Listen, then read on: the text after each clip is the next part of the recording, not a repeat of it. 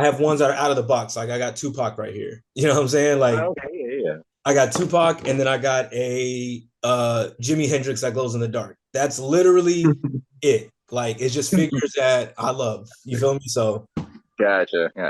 yeah, That's but I what's feel you on that. Trying to collect to like be down with the collectors, you're not gonna win. If you're starting now, it's not gonna happen. Trust me on that. yeah. But yeah, sorry I was late. We were out and about earlier today. And I kept saying it. I'm like, all right, I'm finna be home by 1. And it was 12. When you sent that text, I'm like, brother, I'm on the 303. I'm not making it in 11 minutes. That's funny. Shoot. Well, Quincy almost got his old phone working in the meantime. While we were waiting, he pulled out the old Nokia. Yeah, man. What was you Balls on- Snake? You playing Snake? Yeah, I still got it. I can turn it on right now. That brother Still, got the still that got got the trap phone. What you doing over there, bro? All right, Kevin Gates, I see you. it. Snap. No, what you should do though is for your next date, you should pull that out and be like, so should I call you or text you next time? What the hell is that? Do And it. that's when you know if the girl's too Right? young or not. Hey, dude, I was gonna take it up into AT&T. Said, can I get an upgrade on this to see what they say? They probably Well, look at it like, the funny part is you take your phone out to do that, and then she takes the same phone out to be like, yeah, matter of fact, what do you do with that if right? she got the same phone you have? I'm cool with it, Match Shit. made in heaven. right? Yes, Shoot, all I need You on the know she ain't phone is got call. TikTok, Instagram, OnlyFans. that's true. That's true. Unless Unfortunately, that's the trap phone, and she got the iPhone 15 at the house charging, and she trying to play right? you. Could be. Could All be. day. That's crazy. We'll see what's up with that. Shoot, but you said did you stay for the whole marathon or did you walk through it or how did that go? No, yeah, so yeah, she did the wifey did the half marathon, Hmm. which is 13 miles. Mm. Congrats to her on that. 13 miles. And so yeah, she was running for 2.5 hours. We came in around the hour and a half mark because the kids' attention span is not gonna be able to just. So I got them some donuts here, chill in the corner, play, dance around out in the park out in Chandler, and then they started at 6:30 in the morning, and so we got there maybe at 8 something, and so they were waiting until 9 is when she finished. But it was like just the amount of people that were going through. There was probably 500 to 600 people that were participating and doing not only the half marathon, but also they had a 5K that started a little bit later, so they would finish around the same time. But man, I'm good on that. I can't do that long. I can't be running or doing that any type of exercise for 2.5 hours straight. You would have. You say that now, but exercise, yes. You could consider playing basketball exercise. Now, maybe at our age now, you can't be doing 2 hours straight, but I remember playing at the gym, like, game after game after game after game, and you didn't feel like you were tired, So when people are in that zone and they're like, and like, I know you said, or she said she trained for it and whatnot, so I'm pretty sure they're in the zone, so you know what you're doing, you just kind of keep at it. So I don't think it's impossible or that it's overwhelming, but that's Well, you dedication. I'll work your say way up, that. right? You'll do like a mile at a time. Maybe one day you'll run 5 miles. Maybe you'll do stairs. You'll train to get your endurance up, but you never just do 13 miles just to see if you can do it. You kind of like let that be the crescendo when you peak. But I Well, mean, also, was it just like a course where they just kept on going and doing rotations, or was it just one big block that was that far? it was one big loop around Chandler downtown where you went along the canal and around, and so you started where you ended, but it wasn't looping. There was no like Yeah. laps So, or so anything that you were doing. so that also helps out because it's like, all right, yeah, you're not uh, doing that routine thing and seeing, oh, like this is the fifth time I've seen this, like, corner or this light pole or whatever. You're actually seeing new things. So you're like, okay, now I'm progressing. Whereas if you're just going like, I mean, I remember doing track in high school and like just doing the mile there, that's 4 laps around the track. After that second lap, you're like, man, when is this over? Like, yeah. So, I mean, Well, I yeah, really but Right. feel like it's probably a little better in that sense. until you see like grandpa, Larry that's trucking along and you're like, hey, what's wrong with me? If he's just got fresh air and I'm sitting here like with my hands on my knees. I need to take an IV. Grandpa Oh man. Larry's been running marathons for the past 20 years, so that's light work for him. You know what I'm saying? That's a walk in the park. Exactly. He's looking at you like, you good? Like, this is a half marathon, but this is him training for the full marathon. You know what I'm saying? Like, so that's But here's the thing, because part of it, the lead up to it was, what do I put on as motivational music?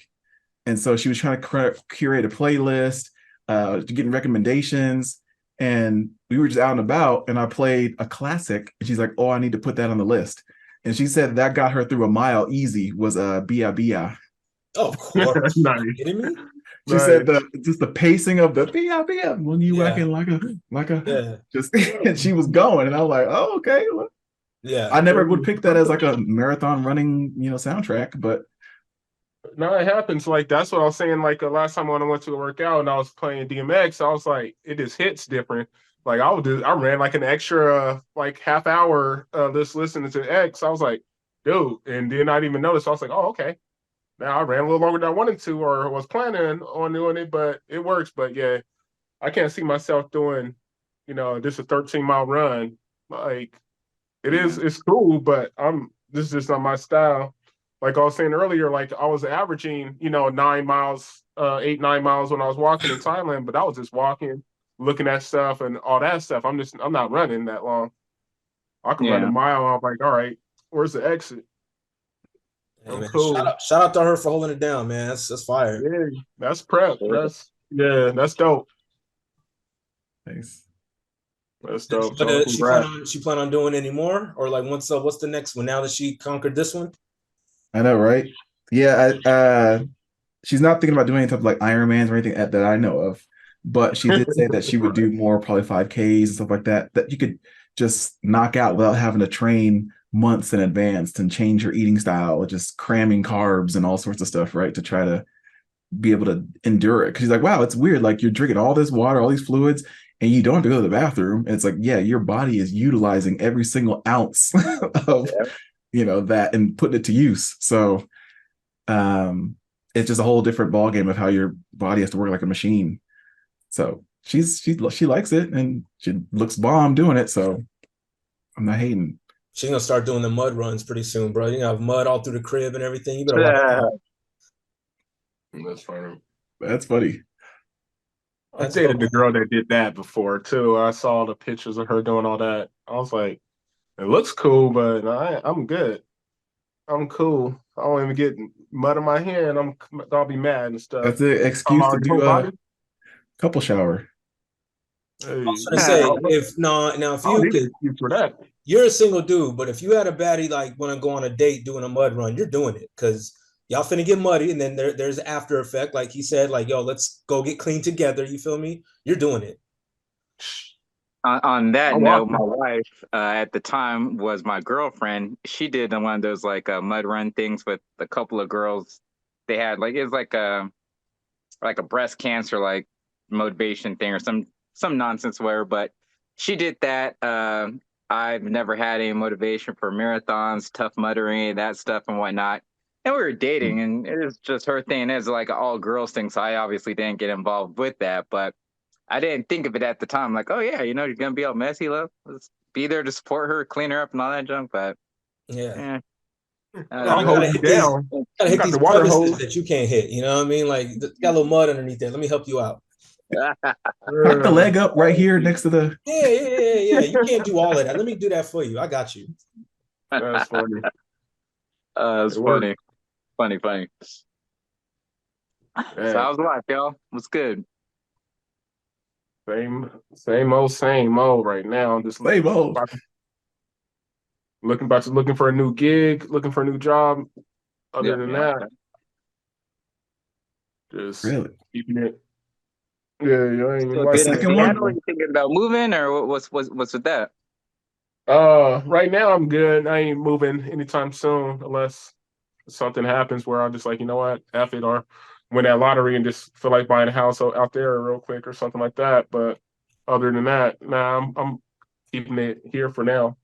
Wait, so if you won the lottery, you would get a house in Arizona? I'll get a house both. I'll get a house here and there. It depends on how much I won. If I won like, that $1 billion joint, then yeah. If I won $50, then it's a different story. Shoot. But yeah, we'll see. What's on the dating tip? Nothing new? Uh dating this one chick, been dating her for a couple months now. She's a cool little chick. Cool little Latina chick. So we'll see what happens. We're actually gonna hang out Friday or yeah, Saturday or Friday. Forgot, but she got sick, so I was like, well, we'll do something this week. Maybe tonight she'll come through, and then we'll chill this week. We went. She had her cousin. She took me to meet her fam the last weekend or whatever. They had like just like some of her cousins and stuff like that because they had like a little party, little Halloween party / birthday party, stuff like that. So that was cool. So dating someone for a couple of months, and now you want to start looking for a new job. I see what we're doing. Okay, I've been looking for a new job since starting to I connect the applied for dots. this one. Hey, he ain't coming back to Arizona. Nope. The dots is being connected. I see it. Now I've here's been the looking for a question: new job for a minute. Have you discovered in your recent dates that you have new deal breakers? Um, Not new, not really. No, because it's still the like smoking and all that stuff and cursing ridiculous amount and just druggy, all that stuff is still the same. Oh, the only thing I tolerate more, I'll say that's not necessarily a deal breaker anymore is that the weed and stuff because like dang near everybody does that stuff now, especially since it's legal. I still don't do that. I'm cool on it. It's not my style, but pretty much like every other female I met out here, if not all of them, like they vape or they smoke here and there or they do edibles or something Really? like that. Not like ridiculous amount, but they do it. One girl that I dated briefly, she did like every day and stuff, and so that was a deal breaker. When you're doing it like every single day, multiple times a day, Hey, hey, and hey. Mm-hmm. if it's once in a while, whatever, once a weekend, like sure, I'll have my drink. She have her edible, whatever, cool, on the weekends or whatever. But if you're doing that just to get by a work day and stuff, I'm cool on that. Are Going you on break saying and you're smoking. saying you don't like them doing edibles daily? Or are you okay if they smoke a joint daily? Now I'm talking about weed in general daily. Oh, because I mean, okay. What you look at weed as like a negative connotation? I don't look at it as negative. It's just like if you have, it's like I think of it as like drinking every day. Like I don't drink every day or get drunk every day. I like to have a drink here and there. I may have a rough day at work. I'll have a beer or whatever, but I'm not getting drunk every day. But if you get high every day and drunk every day, Like you have a dependency on it like that. yeah, Yeah. What if you yeah, look like at it as I like to have a glass of wine with my dinner? that's Same cool. as Like like I having like a to have glass. a like after work, I like to have a joint on the way home. Not saying me specifically, but no, I'm saying Nah, but like I said, I only say that because times are different. Like to me, yeah, smoking a joint is like smoking a cigarette, or it's like it's everybody has their own ways of like distressing. And now that we've seen that like weed isn't what it used to be or what we were taught when we were kids, like I don't look at it as a negative connotation or a distressor or a defactor in that sense. Like now, like you're right. If they're like blunt after blunt after blunt after blunt, Wiz Khalifa style, that's a different story. But yeah. if they're like, I like to have a glass of wine with my steak, like, yeah, I like to have a little J at the crib. Like to me, normal. I'm chilling. To me, like I said, we made it If you don't normal. mind the smell of it. When like what I'm thinking is with her, it was like multiple times a day. It was like 10 plus times a day kind of thing. If you do it like once a day, like I said, if I'm not around it, then obviously I don't care. But if it's once a day, twice a day, it is what it is. If you work, if you cute, if you no, I'll give you extra latitude if you Well, that's what it bomb. sounds like. Is he checked the filter of no smokers, and then he unchecked the filter to see what would come up if he. Yeah, because you got someone like, Rihanna that smokes like she's a chimney. You're not gonna Mhm. tell her stop it. I have before. Around me, I was like, I told the girl, You "Hey, told Rihanna no.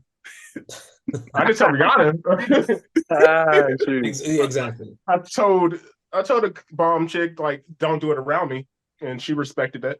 That's cool. I was just asking. Yeah, Cigarettes like I completely. said, Cigarettes is different. You can't even smoke one a month. Like you smoke the second I find a pack in your like anywhere in your purse, backpack, whatever. Nah, but I weed is feel you. different. Yeah, I give, like I said, that's why I give weed a little more latitude than I do cigarettes. I'm the same with cigarettes. I don't like that. Yeah, even though I dated one girl out here since the breakup that did smoke, because I didn't know, because she never did like the first like 2 or 3 weeks that we were talking. I never seen it, but then I seen it. Then we dated for like another maybe a month after that or a couple weeks after that.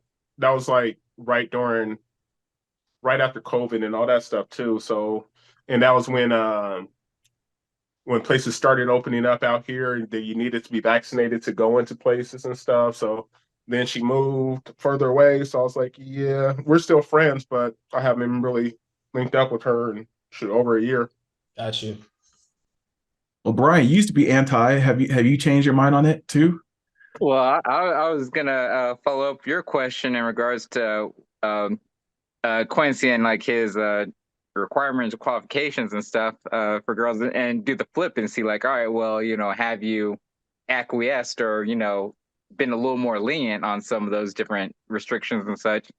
And your question, Harold, like for me, I think like is like every couple of years that would switch, like coming at like teenage years and whatnot. It's like, all right, yeah, I don't want a girl that drinks. I don't want a girl that's like, sleeping around, stuff like that. Definitely no kids, no this, no that, da da da da da, right?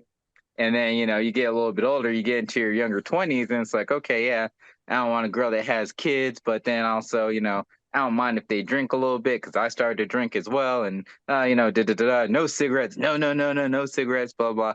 I never had an issue with girls as far as like weed. Now, if it was a situation where they were smoking weed on a regular, like Quincy is saying, on a daily basis, or if they just puffed enough in my presence to where I have to be around it and get that contact high or whatever, like yeah, I wouldn't be cool with that. But by the time that even actually became legal, and then they like flood the market with all the things they have now, like with your vape pens and your edibles and this and that, it's like yo, like uh, I don't think I'd probably connect with the girl that was like a junkie if she indeed was a junkie. But like, if you're a person that's like, getting high every day, like the majority of your time in life is getting high, but I can only tell it based off of your like character or your personality or whatever. But I can't smell it because you're just popping some gummies and whatnot. Hey, do you? Like if it doesn't affect me, I'm not bothered by it. But like at the same time, if like you can't function being high, like we can't carry on a good conversation or you keep on forgetting it and all that junk, then yeah, I'm not going to be about that. And then I was going to ask a question to Quincy because, needless to say, we're all up there in the years, 30s, 40s, and all that stuff right now. So a lot of the things we thought, hey, this is like a deal breaker for me back when, kind of difficult to have as a deal breaker now. One of those things being Yeah, a woman that already has kids, right? I mean, exactly. it's kind of And that's like, what all I right, was gonna if you say. get to a certain age, you ain't got kids yet. You ain't got kids. You ain't got a man. Like, what's wrong with you? Like, so Yeah. it's And one of that's those what I things. was gonna say too. It's like, yeah, because shoot, I'm 40 now. It's like finding a female even close to my age that don't have kids. Obviously, she don't want them or she can't have Yeah. them or whatever. But like, yeah, like her, she has one. Um, but and like my ex, she has two or whatever. Like, so Mm. every female that I met that can have kids either has them or just young or whatever. Unless I'm messing with like some little 20-something-year-olds, which I haven't did that in a little while.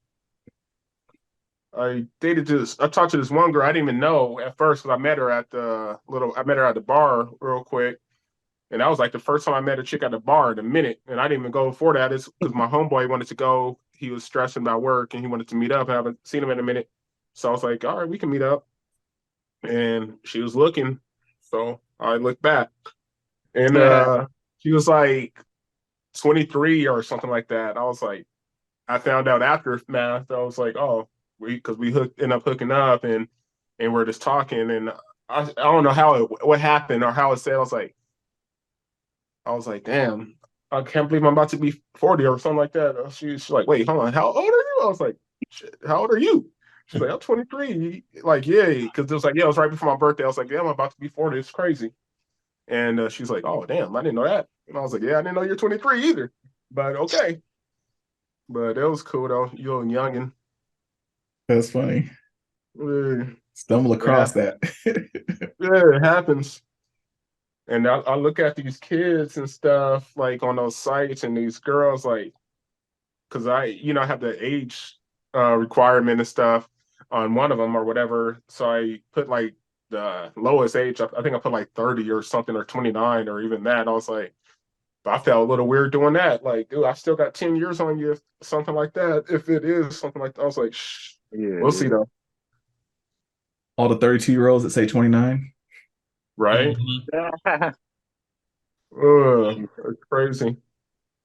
You don't even you don't even think you're that old. Like, dude, really? I keep getting older. Like this is not supposed to happen. I thought I was Yeah, staying the same age.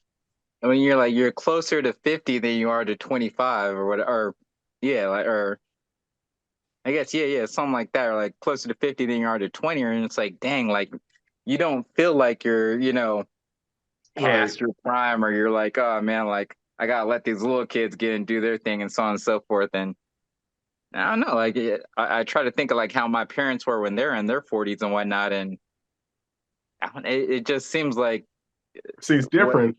the older Like a different generation ball when they were game. older, they're older, like you even look at like basketball, like the NBA, right? Go back in the 80s and you see the NBA, you had dudes like Clyde Drexler already going bald or whatever, and like, dang, like you got to be like 20 something, right? Like, you know, that's happening or whatever, and like they'd have their old maybe it's just like the attire, the way they look, like, nobody looked like they're in shape. They just had flabby bodies and all that junk. It's just meanwhile Yeah. nowadays you got like, 50-year-old dudes looking like Tom Brady's and stuff like that, looking like the GQ models. So, it's just, I guess, differences with the times and how we're able to, like, stay young longer, I guess. I, Yeah. yeah, I couldn't agree more. I feel that way. I mean, I have a I have all these collectibles as a 38-year-old. You know what I'm saying? Like my dad at 38, my mom at 38 was not collecting anything. Like they felt older as a 38-year-old. You know what I mean? Like now, granted, Yeah. they look young and all that, and they would still like go out here and there, but just in the everyday, just like conversation, music, and just culture, like it was an older culture, even 20, almost 20 years ago. You know what I'm saying? So yeah, Yeah. you're right. Like I feel younger that I don't know. I feel like, and I'm not trying to hold on to something or hold on to, you know what I mean? Like lie to it. It's our daily life. I don't know. I don't know if it's because my kids make me feel younger or if it's social media that makes me feel younger. I don't know. But like you said, I don't feel like I'm closer to 50 at all. I feel like it's the complete opposite. You know what I'm saying? Like I feel good. I'm in decent shape. We can always be in better shape, but you know what I'm saying? I don't know. I'm right there with you on that. It's funny. I'm still goofy. I feel like a goofball. So Yeah. Well, I think part of it is all the things that used to be considered like nerdy are kind of cool now for anybody that's even between, like you say, 20 and 50, where, it used to be taboo to be into anime, but now anime is just regular. Superheroes are everywhere. Video games, people are playing video games in their 50s and 60s, and it's not like oh, you're a little nerd and you're playing your Tetris and Mario. It's like, no, there's like literal games that you're learning things and they're making you feel and cry and stuff. So there's a lot more that's into what we consider nerdy stuff back in well, I our think parents' age of being 38. You yeah. know, Well, I think a couple of things. Number one, I think social media has a lot to do with that because, like, say you, like me, like if I'm into Pokemon, like I wouldn't want to tell anybody, oh, I'm a 38-year-old person in Pokemon, but social media is telling you there's millions others just like me that are into it. So I'm like, oh, okay, well, I don't feel as bad. And I know I can go to a certain like Facebook marketplace or Facebook group where I could just kick it with people like me. You know what I'm saying? That's number one. Number Yeah. two, all of this stuff that is considered cool, like that it's retro stuff that we grew up with. You know what I mean? So retro video games are popping. Like again, I keep using Pokemon as popping or anime, the stuff that we watched as kids, Dragon Ball Z, Sailor Moon, all that shit is popping now, stuff that we were. Right. So now that all the retro stuff is cool, we're like, oh, we've been there, done that. You know what I'm saying? So now it's almost like we can interact with the quote unquote younger generation because we've been there. Same with like just sneakers in general. Like being a sneakerhead is cool. It's like, fam, I had those when I was a kid. So it's like Yeah. it's a weird, duality now where you're kicking it with that. So I think that's why our generation now is more acceptable versus like again, my dad 20 years ago or my mom 20 years ago, whatever like that. To add to Yeah. it though, as True. well, like in addition to it being retro, also just the things that did come out in our time, it seems like they've had more longevity. So not necessarily in our time when we were younger, coming up and stuff like that, but even like when we first, got into that adult world, you have like, your like I guess not so much Jay-Z, but like, like either a Lil Wayne or a Drake, Taylor Swift, like they've been like doing their thing for like the longest. And so you go to one of their concerts or something, you got people your age, like, 40s, 50s, listening to that music. But then you got people as young as like, 13, 14 coming with their parents, not because their parents dragged them there, but because they wanted to come, So it's not like, and I mean, they did have that back in the day, like you had like Whitney Houston's, Michael Jackson's and stuff like that. But I don't know. I think maybe part of that social media aspect and like the world knowing things and being able to see so many more people in it. I agree with Don there. Like that definitely allow you to cling on or hold on to things more, find more things in common uh, Yeah. in different age groups and whatnot. Yeah, that's like that Nas record. He was just saying that 30 years or that 30 summers joint. So yeah, he was Yeah. just saying exactly that. And talking about retro, I was just at a freaking Costco yesterday, and they got this old school freaking not Tetris, but the what was that? The The one Pac-Man? of first, huh? Was it the Pac-Man? No, not the Pac-Man, the old school gaming system. What is that old school? I can't. It's on the tip of my tongue. Old Atari. school before Atari, yeah. They had like an old Uh, school Atari joint. They obviously they updated it. It's like a plug and play now. They got the games loaded on there, but just bring that back, I was like, that's crazy. Old school Atari, they trying to bring that back, and people are buying it. Nostalgia and the retro ass games. So I But still got the I think it's also a specific retro, right? Like people aren't going back to 68. They're not going back to, it seems like the 80s is like overrated when it 80s comes to and 90s. things that are retro. That every from the Ghostbusters to Terminators to Back to the Future, anything like that is like, oh, this is cool. Pac-Man 80s, Mario 80s, like you said, Atari 80s. Everything is the 80s. It's not like you say retro and you see something from 97 or you see something from the 70s even. Like there's no bell bottoms and people are like, oh, I want to recreate disco. It's like there's this block of time that people have this nostalgic want are you saying that it's they want to overrated though? You said the 80s is overrated? in comparison, if you want to go retro and you want to go back, there's a lot of places you can go back to, but it's like people only choose that 10-year span of the 80s, it seems Well, like. that's because that's when it was like the coolest or the most fly. Like nothing in the if aside from disco in the 70s, what are you going back to? I mean, and even in that, like sometimes you do get like the hippie or tie-dye like retro stuff from like the late 60s, early 70s. That's always touched on when you want to go retro, right? But when it comes to like technology or just like what was fly or cool, yeah, it is going to be the 80s. That is when Nintendo and Mario and Michael Jackson was popping, Prince was popping, music was different. It had like a computer generated sound effects and all that. Early 90s with like certain TV shows and stuff, hip hop and all that. I mean, that's when cool really happened. So yeah, it is going to be 80s to like 94, the golden era, if you will. That's always going to, there's so much inspiration from that time frame. Like, yeah, where else are you going to go? What happened in 97 versus what happened in 92? You know what I mean? that takes me back.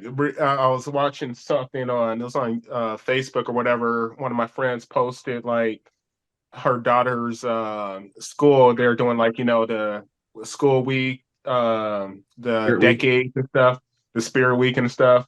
And the decade was the 90s, and she was wearing like some clothes that looked like Aaliyah.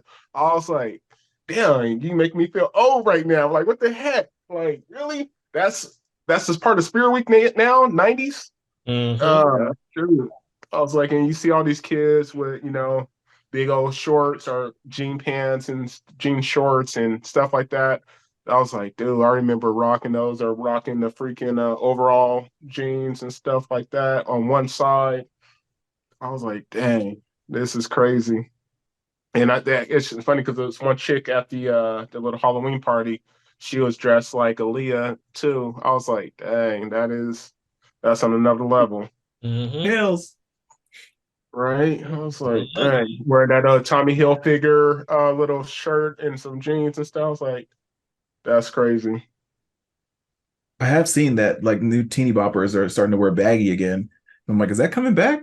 Baggy's coming back, yo. Baggy is coming. Not just teeny boppers. It's like I've seen a lot of like fashion trends where cats is wearing like damn near Jinko jeans baggy. You feel me? Like I don't know what's happening, but I mean it's coming back. I mean shit, just like last a couple months ago, like jean shorts was making a comeback. You know what I'm saying? And now you're looking at again like Wiz and all these other rappers, they're ASAP Rocky, hella baggy clothes, man. It's coming back.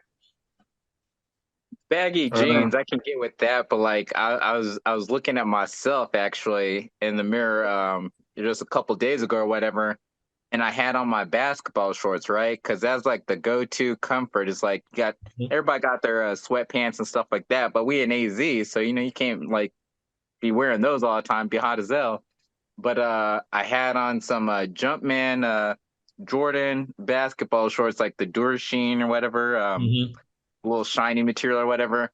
And I want to say they were like XL, either XL or large, one or the other. But and of course, in our time and whatnot, everybody sagged everything. So like the drawstring and whatnot was hella loose. So I had to keep pulling the mugs up. So they're already sagging off my ass. But I'm wearing them, and I caught myself in the mirror, and like there's something about it where it looks like dang, like like there's this little gap between like your where the pants cut off, and then when your sock comes in or your shoe comes in, it's like it makes you look so small. And I'm like, wait, like when did I think this was fly? And then I just had that vision in my head of like me going to like a Costco or something like that with my family. And it's like, dang, that's that dude that doesn't know how to dress. His wife Mm-hmm. don't put him in clothes and stuff like that. Why are you going out in public with some baggy ass basketball jeans and some tennis shoes like you're gonna play ball at the rec league? Because I was so embarrassed at myself, and I was like, yeah, no, I can't do it anymore. So I got like maybe 5, 6 pairs of like basketball shorts, and the majority of them are in that fashion, like hella baggy. And it's like, no, like if I actually want to wear some basketball or athletic shorts, I'm wearing them because I'm going to do something athletic, go for a jog, go run, or even go support like some youth like sporting event or whatever. But I can't be wearing that out in public, going to like a restaurant or something. So I'm cool with the bagginess in regards to jeans and if it goes with that fit and whatnot. But I understand also that's one of those ones where I do feel old. Like I can't wear certain clothes I used to be able to wear when I was younger because it don't look right on like it was like 40 and 50 and all that ish. Mm-hmm. Yep. I can deal with the baggy jeans to a certain extent, like because I never really rocked baggies a little bit, but I like to breathe in the jeans compared to these jeans now are freaking skinny as heck. I can never find jeans that fit me if I got to get like a freaking 36 waist when I wear a 30 or 32 and stuff just to make sure it fits and stuff because they're too freaking tight on my thighs or whatever. I'm like, this is ridiculous. But I yeah, never did the skinny jeans. I never with that. Couldn't with that. I had one pair that's like tight. They weren't skinny jeans, but they're still hella tight. And I still have them this day. I haven't been able to wear them for like the last 4 or 5 years because it is what it is. yeah. But nah, like the baggy jeans. I remember being in a junior high, and that's when I had some of them Jinko jeans where it's not even baggy; they're just wide as fuck, so they can't be baggy Yeah. because they're too wide. And that like that's the biggest like well maybe not the biggest but that's one of the biggest like fashion faux pas where I was like what the was I thinking, what were we thinking, like, but even that's kind of coming back. I can comfortably say I've never put on a pair of skinny jeans, not once ever. I can never do it. I don't get it. Shout out to everyone that did, but fam, when I saw Lil Wayne wearing extremely tight zebra pants and he was sagging those, I'm like, brother, what are we? That was ridiculous. I never did. So now, baggy jeans, I'll wear like. I don't think I can go back to baggy because I used to bag. All right, my joints were super bag. 3XL on the jersey and baggy jeans. That was every day. You know what time it is. So I don't think I'll ever go back to baggy jeans, but I mean, I wear like loose fitting, you know, even now, like, I'll wear like straight edge loose fitting, but baggy, nah, I don't think I'll go back to baggy. You know what I'm saying? Like Brian said, like we look kind of crazy wearing like extremely baggy jeans, getting like a 2-3X jersey, even if that ever came back. I don't think I'd ever go that route. So no, we chilling. Yeah, I'm cool on the baggy, I'm cool on the tight, the skinny. I just want something loose. I just want something that fits right, not then extra, but shoot. That's what they gear for. That's what they try to. You go to the store, that's all they are. Tight fitting, skinny jeans, and everything else. Like, I don't even wear jeans anymore. I just wear slacks all day because I can't find no jeans that fit comfortably. Harold, do you remember the skit that Royce the 5'9" did, the I Hate Skinny Jeans on the Bar Exam 3? Yep. That's I still live by that. He said, you get caught up skinny out here with your knees. I hate skinny jeans. I'm right there with him. Yes. I feel you. So hopefully they do make that trend when it goes back to the baggy. Because like I said, I won't do baggy, but baggy to somebody else is, perfect size for me. Mm-hmm. So yeah, but yeah, I still got the 32. So the closest I came, and it was kind of funny because it was recent. I was we have our Halloween outfits. We're ready to go, right? And so we're all dressing up to kind of have some sort of synergy. Everybody's got a similar theme we're going with, and wearing a sort of tights type thing.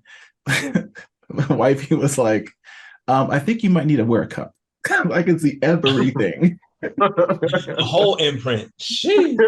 I was like, oh, is it that bad? Like, I don't think it was that bad. She's like, no, like I can count and see and calculate, and there's a lot. So anyways. She's not going to count your sperm count. She said, oh, that's how tight them joints are. She's like, I had to modify my outfit. That's funny. I can see the imprints. Yeah, them joints painted on. You painted your pants on. That's what you did. Basically. That's funny. Couldn't even get out of them. You got to cut them off. That's hilarious. Speaking of paint, which is kind of funny, do any of you guys have tattoos? Yeah, I got two. You do? Yeah, you know that. I have the. I know you got the Jordan 5. And well, yeah. So I have two. So I have this one says sneakerhead, and it's the Jordan 5, and then I have my kids right here, Taylor, Jordan, and Makai. Yeah, that's the newest one, right? Yeah, I've had this one. Let's see, Makai's 8, so I've had it for 6 years. I got it when he was 2. So yeah, I have those two. I am planning on getting another one soon. I just gotta get the time. Yeah, I want to get. So everyone knows I'm really into Snoopy. Like that's one of my favorite characters.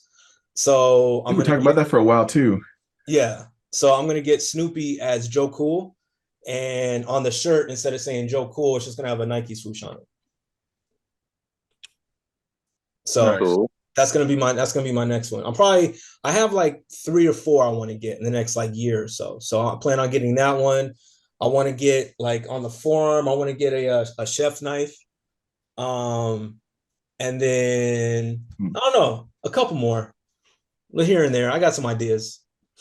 But if you get all that, then you know you can't wear a New Balance anymore. Touche, my brother, touche. You got me there. You're right. Dang, he's right. I can't say nothing to that. Maybe I shouldn't do the Nike swoosh then. I should just do like, I don't know. But I've had that idea for a while though. So that's gonna be my next one. I'm actually probably top of the year. I might actually get it for my birthday because I was gonna try to do it during this holiday season, but it's gonna be busy. So that might be my birthday present to myself. I might get 1 or 2 tats. So I've been fiending for some new ink for a while. Yeah, it's funny because I asked about that. Speaking of paint and all that stuff, because I don't have any tattoos. I always thought it'd be kind of silly of me and my complexion to get a tattoo. It probably wouldn't show up, especially if I wanted anything color. So just the idea of it, just I don't know. There's been a couple that I've been like, oh, that makes sense. But like today, we were out and about at the event, and I'm rocking my 49ers Terrell Owens throwback jersey. Mhm. And this guy goes, oh, I got the permanent one. I got the permanent. And he shows me his 49ers tattoo. And I'm like, Yeah. okay, respect. But like what if they change their name tomorrow to the 67ers or whatever? Like it just now you look silly. That You got the, It's still that is the one and only reason why, even though my team is trash this season, that I have not gotten a Denver Broncos tattoo because I've wanted to. I've been a Broncos fan since a kid, so I've always wanted to get a Broncos tattoo. But I'm like, what if I do that and 2 years later they're like, oh, we're doing something new. We're not Broncos anymore. We're like, Yeah. the Stallions or something like that. I'm like, well, damn. Well, what's up, bro? Like, so that is the it, one and only reason why I've never gotten any type of sport because I've been a Bulls fan, so I thought about getting the Bulls. that was iconic. Yeah. I've been, a Nuggets fan being from Denver. There's so many different teams. I'm like, they could change at any given moment. That's but exactly what happened to the homie because he had on his forearm he has a Oakland Raiders and it says Oakland Raiders. They ain't the Oakland Raiders no more. So that's what happened to my other homeboy out there. I think on his leg he got a big old Cardinals joint. But I was like, luckily they didn't change anything yet. But still, I was like, yeah, that sucks. Oakland Raiders and they gone. I'm cool on that. But yeah, no tap for me, not us. but it doesn't take away from the history though, and I think that's the fact of it is that okay, yeah, this team used to be the Washington Bullets. I love Washington. I'm gonna go and get myself a Washington Bullets tattoo. All of a sudden, Bullets not a good thing. Let's change it to the Wizards. So you see like a kid or whatever in Washington, you're walking down the street and they're like, oh, Washington Bullets, what's that? And then you can still at least let them know, like, yeah, before they were the Wizards, they were the Bullets. I was a big fan. They had Wes Unseld and this player and that player and that player, da da da da da. So at the end of the day, it's not going to take away from that history and the reason you got it when you got it, regardless if the team changes their name or goes to a different city, etc. So I wouldn't think that's negative. I'm thinking Not more so negative. with regards to the you get a tattoo of something, and then it's like, oh, that didn't age well. Just like again the J. Cole lyric, that Jada and that Will love, like you get like, something like Jada and Will love forever, or something like that on tattooed on you, like, that didn't age well. Some R. Kelly, that didn't age well, So it's like, all right, like I always thought like, all right, yeah, there's only two tattoos I ever thought of getting, and to this day still would be the only tattoos I get. One was with the girl that I was in love with, and another one was just basketball, sport that I was in love with. He said And so it's like, was. all right, well, I didn't make it pro or anything basketball wise, and I didn't end up marrying this girl, so that kind of been two situations where I would have been like, like that wasn't a good idea on my part, but otherwise, there's never been anything that permanent in my life. Like even like, again, like my spouse's name, my kid's name. My kids are my kids, so yeah, like I could get their names like Don did. I can understand that, but at the same time, I kind of feel like, I might get it, and it might, unless I like, pay hella money to make sure it's quality and everything of that nature, and I like it and whatnot.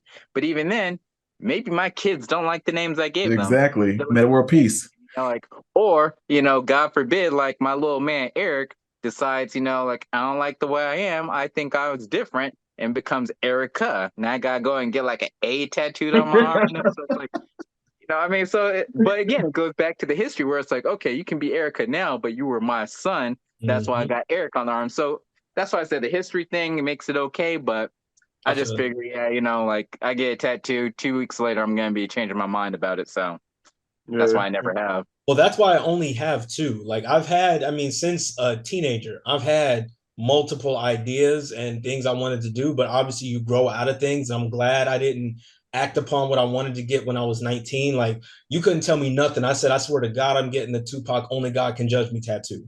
Like I swore by it. Now I'm glad I didn't do it because I'd be like, fam, I'd be looking at 19 on me like, yo, you were corny as hell. All right. And then you honestly, you couldn't tell me nothing. I probably wanted to get something like Bros Before Hoes at one point. I'm glad I didn't do that. You know what I'm saying? Like there were so many different like things I wanted to get as an early, 20-year-old, 21-year-old that I'm glad I waited. Like sneakers are forever gonna be me, so I'm cool with that. That's why like I waited now to get like Snoopy. I'm always gonna like Snoopy. I'm always gonna like cooking. So like now I'm getting things that are more meaningful that like I know Yeah. 10, 20, 30 years down the road, I'm not gonna look at as corny. Whereas had I done it in 21, I probably would have had a big ass jersey tatted on me somewhere, or I would have probably had like something get whack like Denver's finest. I'm like, who the hell do you think you are, bro? Stop. So usually, again, when you get more and more, there's always like this. I gotta have a chest piece, or I gotta have a back piece, or I gotta have something like that's like the mural for all the space that could be taken up, whatever. So, is there anything that you'd like that much where you're like, okay, this would be a back piece? Nah, I can comfortably say now again because I'm older and I'm glad that I waited. Even if I get like 4 or 5 more tats, I don't think that's ever going to get to the point where I'm like, I got to get a mural immediately because I don't want all that. Like I would have been did it. You know what I'm saying? If I wanted to just ink my whole body, I don't give a, you know what I'm saying? Like Wiz said, I would have at that point. But nah, I don't want to do a sleeve or I'm just gonna, place them randomly on my arm. If I got anything on the chest, it would be small, but I don't even know what I'd get on there. You know what I mean? Like I'm good. I'm not getting anything up the, neck above.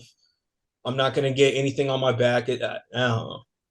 I think I'm straight. I thought if any other place aside from my arms, I thought about like doing something like on my lower leg or ankle. You know what I mean? Like where right where my socks are at.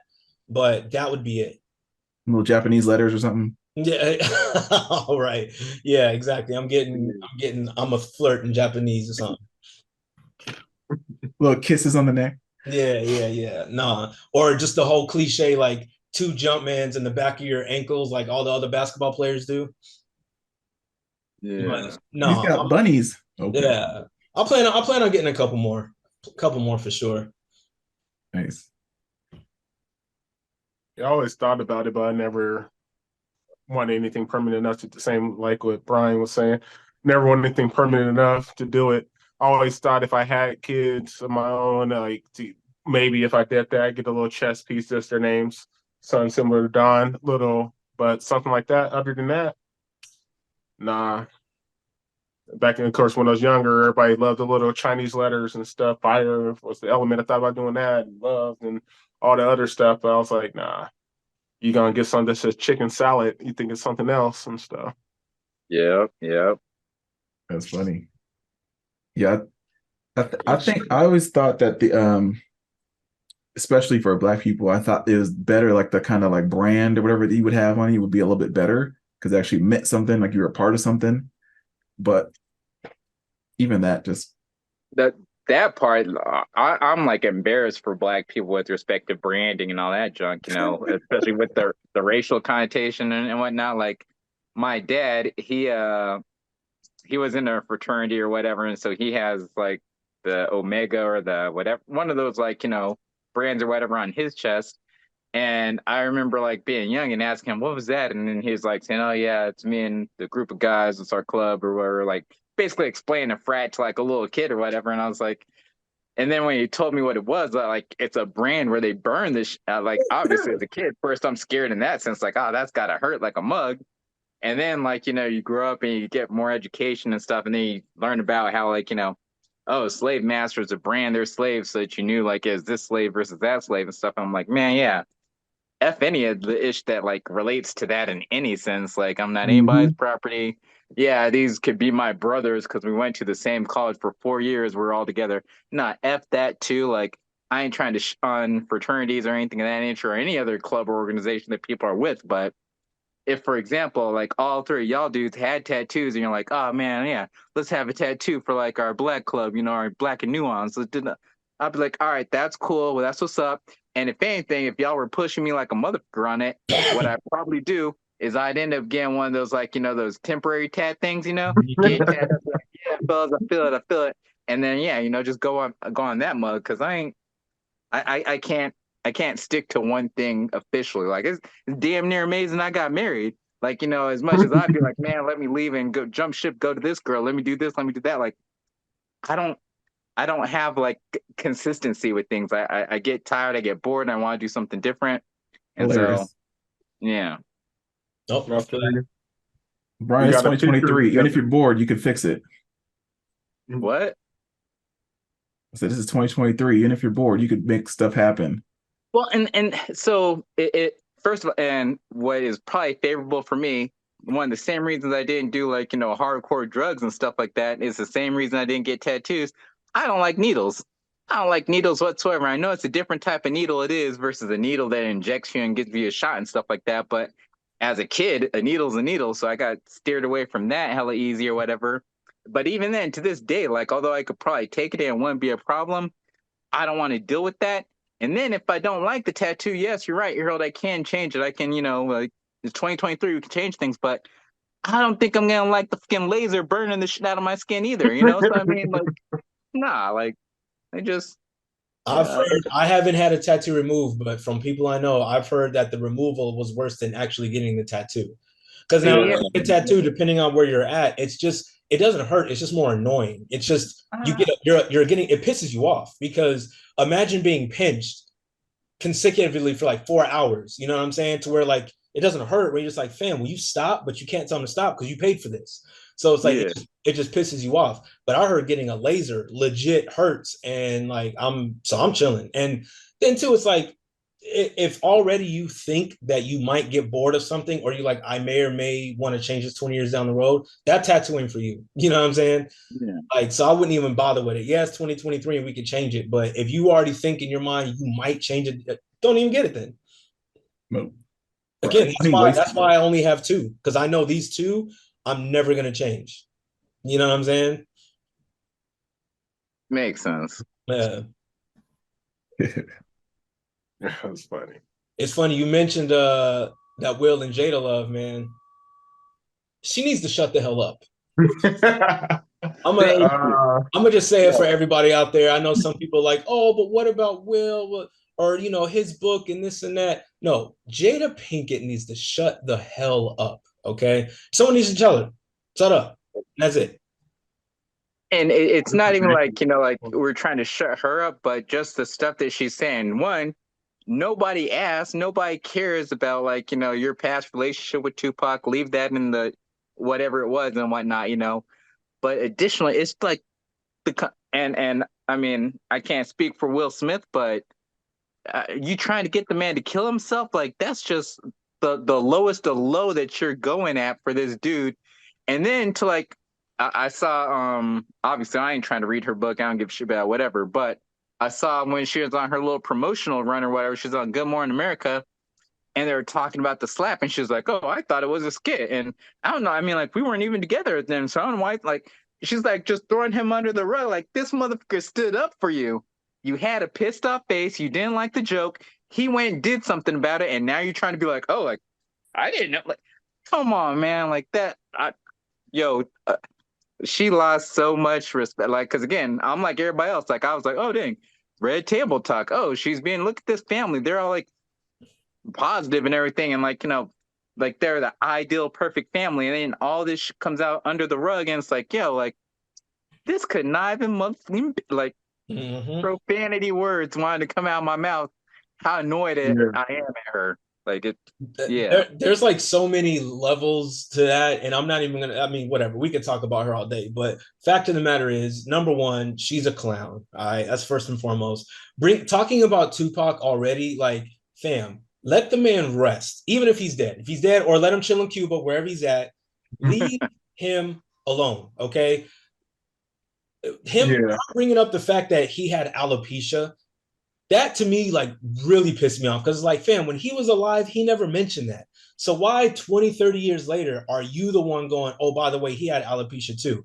We don't know if that's true. We're not going to fact check that. His mom isn't around to say, oh, that's true. His brothers or his dad ain't going to come out and say that's true. I So never heard that part. yeah, she said, oh yeah, Tupac suffered from alopecia as well. Okay, even in the small chance that that's true, right?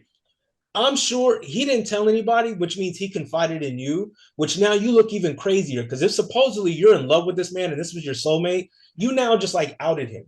You know what I'm saying? But like, no one believes you. All right. You're trying to have like this soul connection. Me and Pac have soul because we both suffer from alopecia. Shut the hell up, please, forever. Yeah. Because you're bald like he was And, bald. Don't do that. All right. That's and not who? Yeah, and no, I'm not then you got Will looking crazy because like Brian said, he went and smacked the shit out of Chris Rock saying keep my wife's name, and you're like, I don't even know why he called me his wife. We ain't been married since 2016. So now you make Will look even crazier out here. Yep.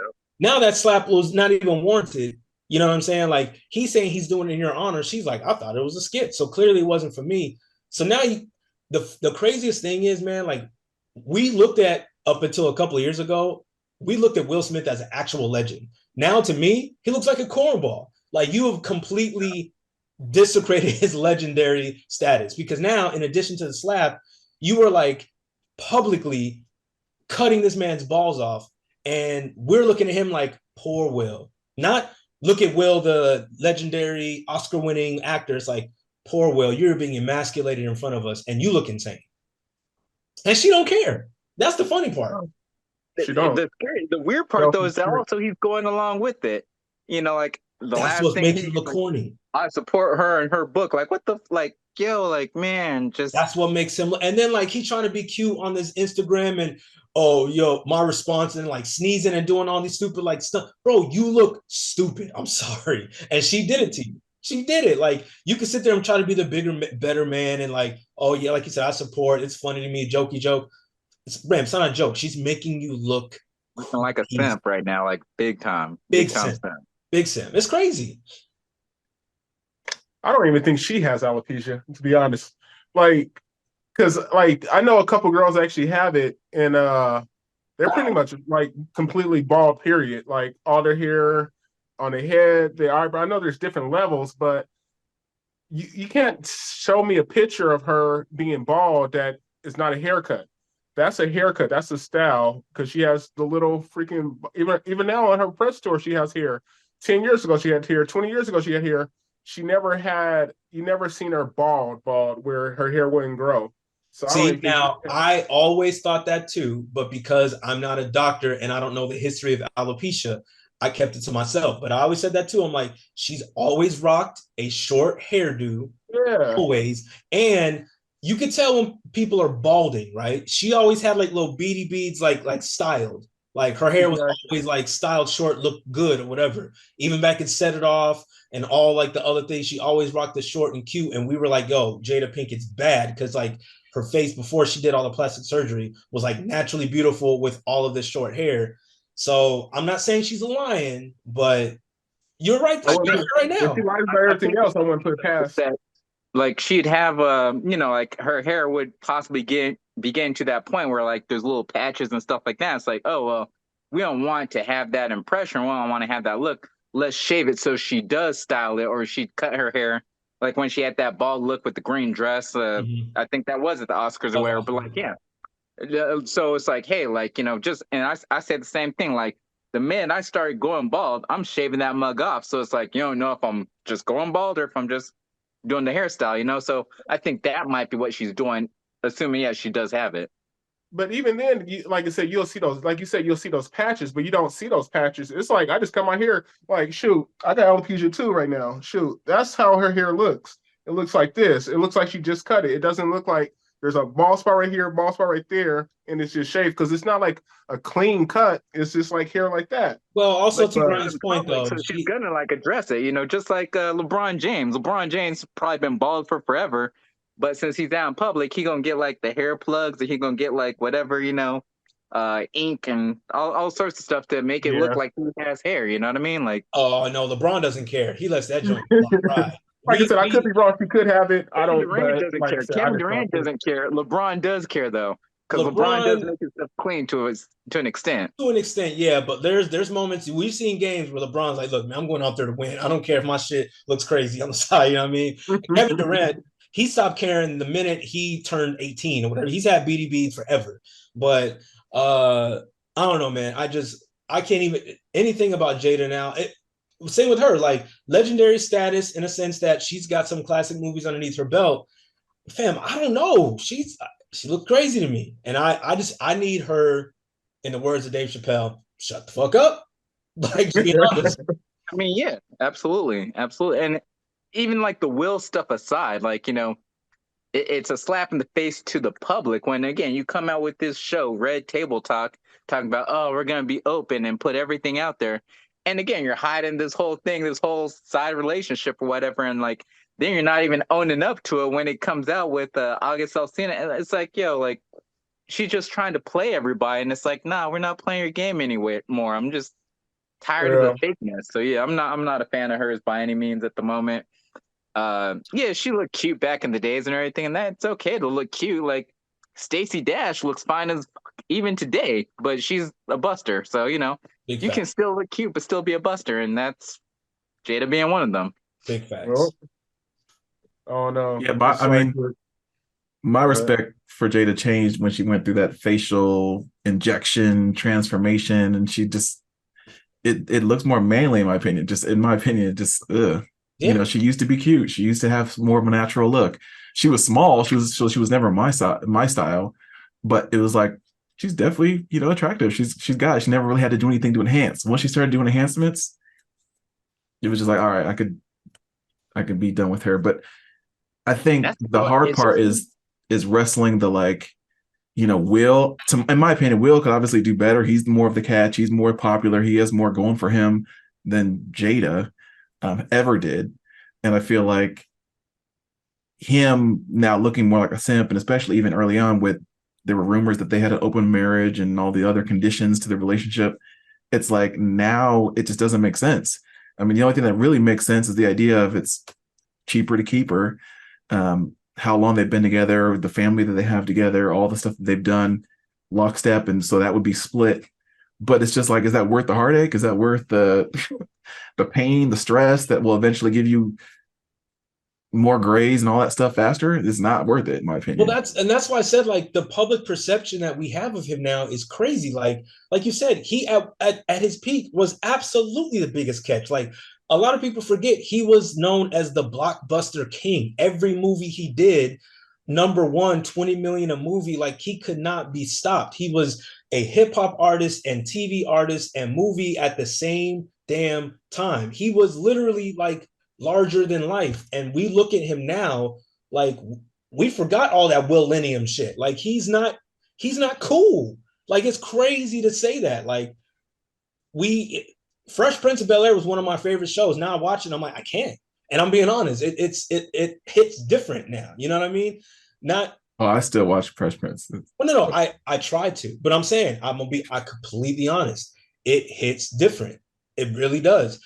Some of his movies I can still watch. I watched Pursuit of Happiness not so long ago, and that's still one of them ones. But like, I don't know. It's weird. It's just you look at him now and you hear him talk now, and like even when it looks like he's smiling, I'm like, bro, I see pain in your eyes. You know what I mean? Or I see like embarrassment. I don't know. Yeah. But it's not the same jokeful, playful Will, especially after the slap. Like, I don't care what he does now. Like, I look at you and I'm like, you're lying. You're in pain behind those eyes. You know what I mean? It's wild. Your wife or ex-wife or whatever she was slept with your son's friend when she was in her 40s and that kid was 22, like in your bed. That's crazy. Yeah. It's heartbreaking. It's crazy. It's sad. It's disgusting. All the above. Well, but I think and maybe this is also one of the flaws or one of the principles that a lot of guys stick to. But like for example, till death do you part, in sickness and in health, all those types of things that people say when they get married, and some people literally stand by that, and others are like, well, I mean, unless things change, unless we grow apart and all of a sudden you're not the same person as I married. Well, unless you cross me or do that deal breaker, and so people have all these stipulations for why they would get divorced. And so if he's like, I mean, yes, these would all be grounds for me divorcing you, but I told you I never would. Now I have to live with the cards that are dealt. And but it's like there's something in the prenup that says if he files for divorce first, then she gets X amount. So she's trying to make him ask for a divorce, because if she asks for a divorce, she ain't getting nothing. But if he asks for a divorce, and plus they in Cali, so they're gonna rape him. They ain't got no prenup. I don't know if they have one or not, but that just the aspect of the whole, like, we're not getting divorcing, that even further infuriates me with respect to her, because it's like, all right, so you guys made this commitment and everything, and like way back in the day, it's like, oh yeah, we're in this for life, da da da da da, and then all of a sudden it comes out, yeah, like we haven't been living together for the last 6 years, and oh yeah, like I got my son's friend and da da da da da. It's like a not big deal. Like she's trying to justify these things, and it's like you put this marriage, like the aspect of being married, on this pedestal, but you're not even following it. So See, it's like, what's special? What if you're not gonna like actually do what you agreed to in the vows of the marriage? Why the fuck even stay married? It doesn't make sense to me. and that's what I was gonna say. And even further to add to that, like even if there was a prenup or not, fam, the second she started boning that kid, that prenup's out the window because now if we're getting like on the law side of it, like if Will really wanted to, like, yo, she had an affair. That's means for like I could divorce you based on adultery, and I'm not gonna pay you because you're the one that committed the infraction against our legal binding contract. You know what I'm saying? I'm pretty sure that legal binding contract at some point said, we're not effing with someone else. You did, and you can't say you didn't because we had a whole red table talk where you admitted to it. So I think at that point, any contract they did have is out the window. So I don't know why he's staying with her. It can't be because of the contract, because she has been on a worldwide tour for the past decade talking about how she doesn't like this guy. Dude's in love with her though. Like he's whipped. He is like legit whipped. Like he doesn't want to be. He probably didn't want to be separated these last like 6 years or wherever it was. Like he's that in love with this woman. And so yeah, it's like, oh, she's saying all this stuff. Let me support her because she's trying to get back in the good graces and be a family again. That's one thing I can think of. Otherwise, it's like, yeah, like there's no benefit for you just continuing to take all this shade and all this like disrespect. Weird. She must have like voodoo box or something, like crazy voodoo I box. don't believe it. She So don't look like it. I don't believe it either. I don't believe it, but there must be something in between the legs to make him go, all right, man, I guess. Just break me off some of the voodoo box and we'll be okay. Are you sure it's box and I'm out? No, I'm just kidding. But I think Not anymore because she injected it. Her lips look crazy. That nah, yeah, nah. So it's they got got to be better. box. It has to be box. The crazy thing to me though is it's because they both have talked about how they've evolved this to no longer be maybe a marriage, but now more like they're lifelong partners, which to me, like again, sounds almost like LGBTQ stuff. Like you call it a partnership when you don't want to call it a marriage, when you don't want to upset people that live by actual marriage, and just to say lifelong partners, like that just sounds sketchy. So yeah, that sounds like Scientology, some type of stuff. Like we're gonna no, bro. You can say we're lifelong partners in the sense that like we're co-parenting. We're you know what I'm saying. We have kids. So you like ain't co-parenting 22-year-olds. but they're always gonna have kids together. So you could say you're partners in that regard. But please don't piss on me and tell me it's raining. Don't do that. You know what I'm saying?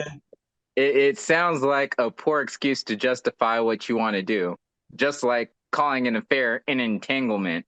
Like, I mean, she always comes up with stuff just to justify whatever she believes, so it makes her feel good. Like, oh no, I'm not a cheater. I was in an entanglement. Oh no, we're not divorced. We're just separated. But can't you separate it because everybody's saying separate is basically like, yeah, we're divorced. We just can't afford to get divorced or whatever, right? So it's one of those things, and it's just like, yeah, like just like Don said, don't piss on me and tell me it's raining. Like I'm tired of her doing that junk. So He's a narcissist. That's just a definition right there. narcissist. Yeah, there you go. Yeah, exactly. Just tell her to shut up and keep it moving, please. We're done. Yeah. Even if that's your life, like, do we need to hear about it? Do we need to know? Like, you don't need. I know this. We live in a day and age where everybody's telling everybody's life on social media and everything else, but sometimes everybody just needs to shut the heck up. You don't need to put stuff out there, especially like stuff like that. I was telling my friend the other day, like with on Facebook and stuff. I post random stuff. I post jokes. I post quotes. I post just funny stuff. I post when I got the new car. I post try to post positive stuff or little random nonsense, but I don't post negative and I broke up with this person, this, that, and the other are having a bad day doing this. Like, like I try to stay private to a certain extent. I only post positive stuff. I didn't tell everybody, like I told you guys what happened with the car, but because you're the boys and stuff, but I didn't put on Facebook why I bought a new car or that I had it. I just posted I got one. I didn't tell everybody when it happened, what happened, and it kind of pissed me off when I went to work and because I told my manager because like I wasn't going in that day. But after like the whole office effing freaking knew, I was like, dude, I didn't tell the whole damn office. I told you I didn't. I don't appreciate everybody knowing my damn business. Exactly. Yeah. But like some people, we just like I said, we all grew up where before social media, so it's a little easier for us. But some of these kids that their whole life is that, it's ridiculous. And then some people that just get in that zone where they have to do it, they feel validated by other people's telling them they're cute, they're pretty, they made them a difference. So like, and that's what she wants. She wants that validation. She wants everybody to know it's her because everybody notices Will. Because like I said, what has she done lately but that wasn't due to him? Like, what was the last movie or show that he wasn't involved in that she did, you know? Mm-hmm. So even at Red Table Talks, he financed that. I'm sure he did all that stuff too. It's in their freaking house. So like, what has she done? Even what was that show? He was like that Nurse Hawthorne or something like that. I think they say he was like a producer, executive producer or something like that on that show too, to give her that role or something like that. Or he did something with that the company or the channel to make sure she got the show. It's like, dude, she ain't doing it. Mm-hmm. Yeah. But you like there somebody was saying like I think it was who was it? I saw something. I was like, she was just jealous of him or whatever.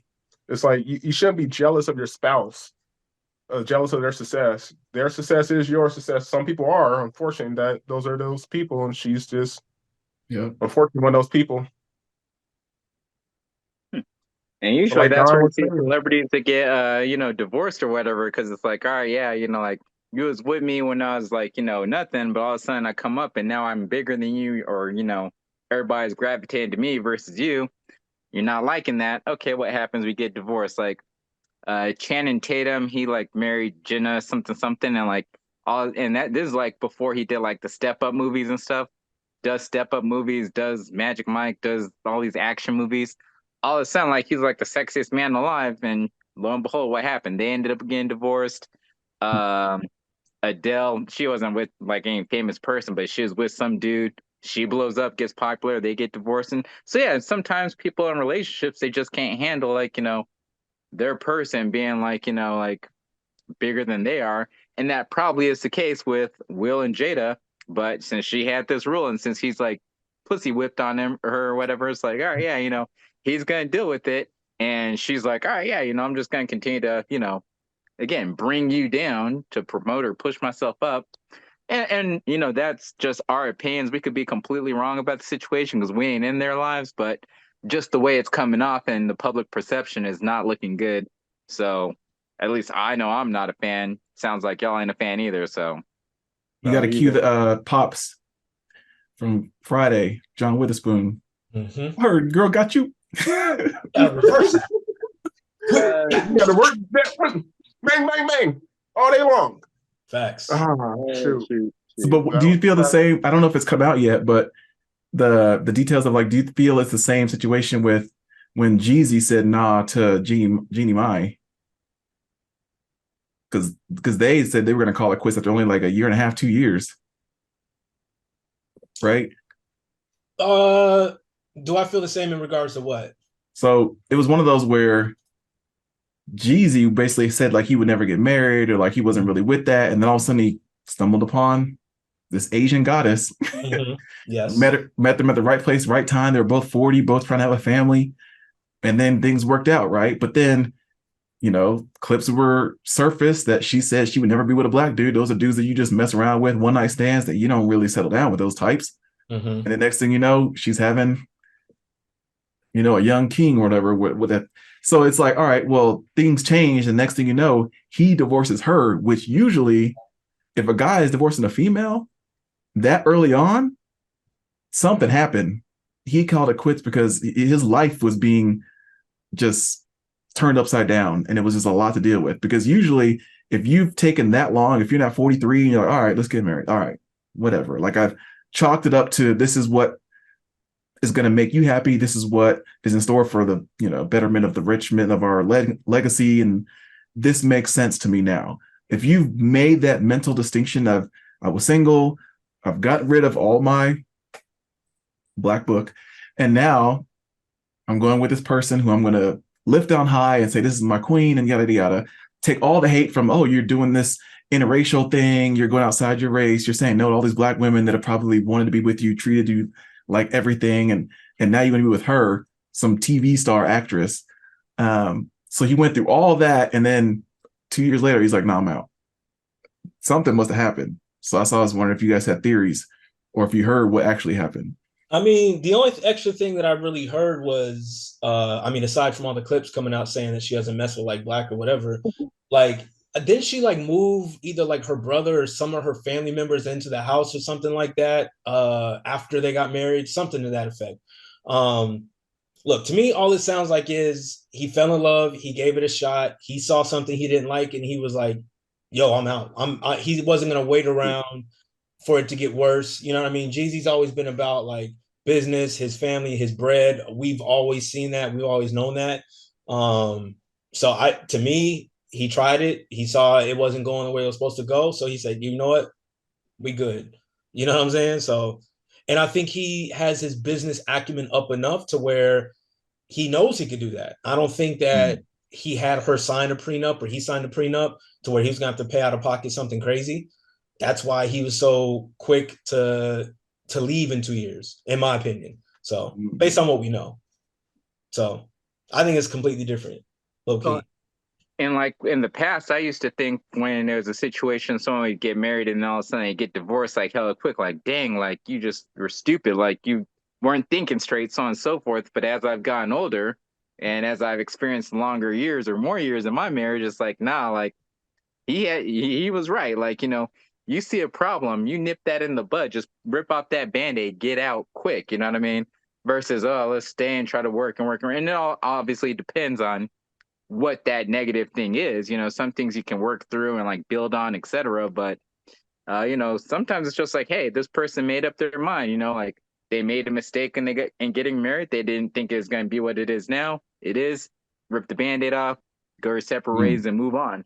And I think that probably is better versus them being longer on down the line or whatever. Because isn't it with like even if they don't have like a prenup or whatever, isn't it like, all right, yeah, like the alimony and like that you got to pay only based off of like how many years you're married anyway, right? Mm-hmm. Yeah, That's what I mean. Like, I you want don't to be married for like, like 2 good years and then 8 miserable years, and now you're paying 10 years of alimony versus like 1 good year, 1 bad year, and like, yeah, you're just paying for 2 years or whatever. So I mean, I feel like I don't know anything in regards to this relationship and what led to their divorce, but if there was something that he felt that was significant enough to go through with the divorce, like, hey, glad it got done sooner than later. Facts. And he said glad.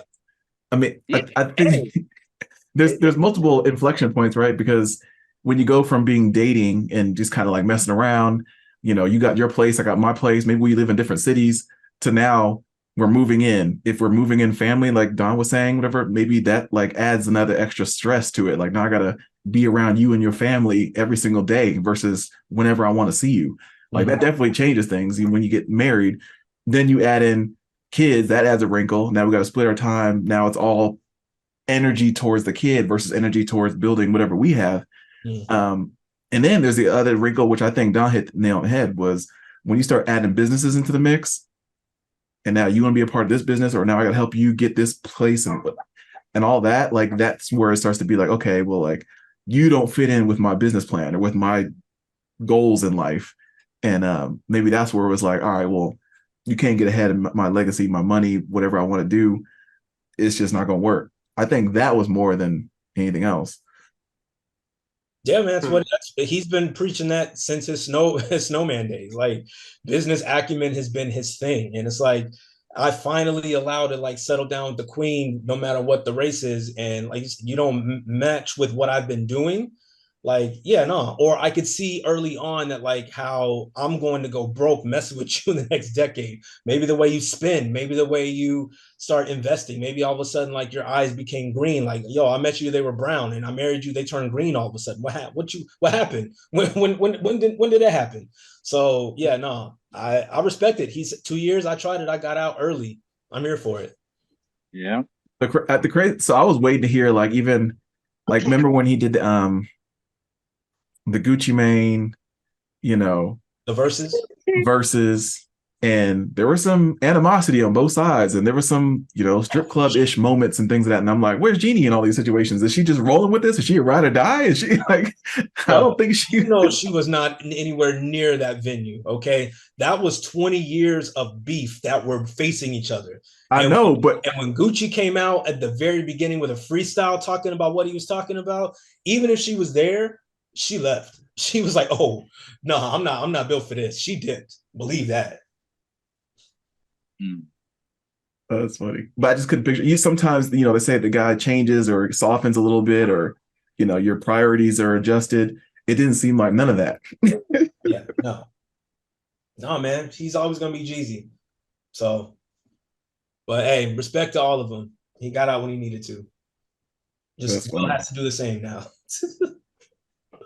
So on a separate note, but on that same music tip, like I mentioned in the text message, that new Drake album, or the most recent Drake album, came out a while ago. The For My Dogs or whatever. Have y'all listened to that?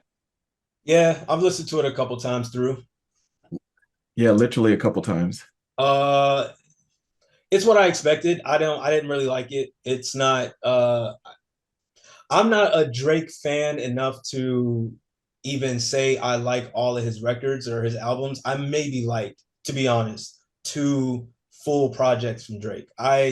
He always puts out mid to me, to be honest. Wow. I'm being honest. I've said, bro, anytime we have a Drake conversation, I tell you this. I only like Take Care and I like Views to a degree. Other than that, all his other albums to me have been like cool, but not enough for me to like a full length project front to back. I can't, not with Drake. Like, So, go ahead. and that's good, and it's crazy because my follow up question is going to be like myself. I haven't listened to the album, right? Mm-hmm. I heard it, I saw when it came out and everything, and it's like, all right, whatever. But like my teenager, she's like, oh, I love this album, blah blah blah. And like when she was talking to me about it, like my wife, she put out a good point. She's like, yeah, like I don't know, like everything Drake puts out kind of just sounds the same. And Bro, not so much that it sounds the same, like every song sounds the same, but like, like if you played like, one track from one album, you wouldn't be able to say like, oh, that's that track from Scorpion, or oh, that's that track from Views. It's like, was that his earlier music or is that his older? Like all it's kind of like, just more of the same, you know what I mean? Drake And has been so in the. Go ahead. yeah. No, go ahead. Drake has been in the same pocket easily for the last 5 albums. Aside from his random dance album that he put out, Drake has been in the same pocket. And you can't say otherwise. This one sounds like CLB. It sounds like Her Loss. It sounds like the second half of Scorpion.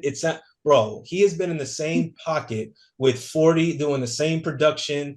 He can spit. No one's saying he can't spit.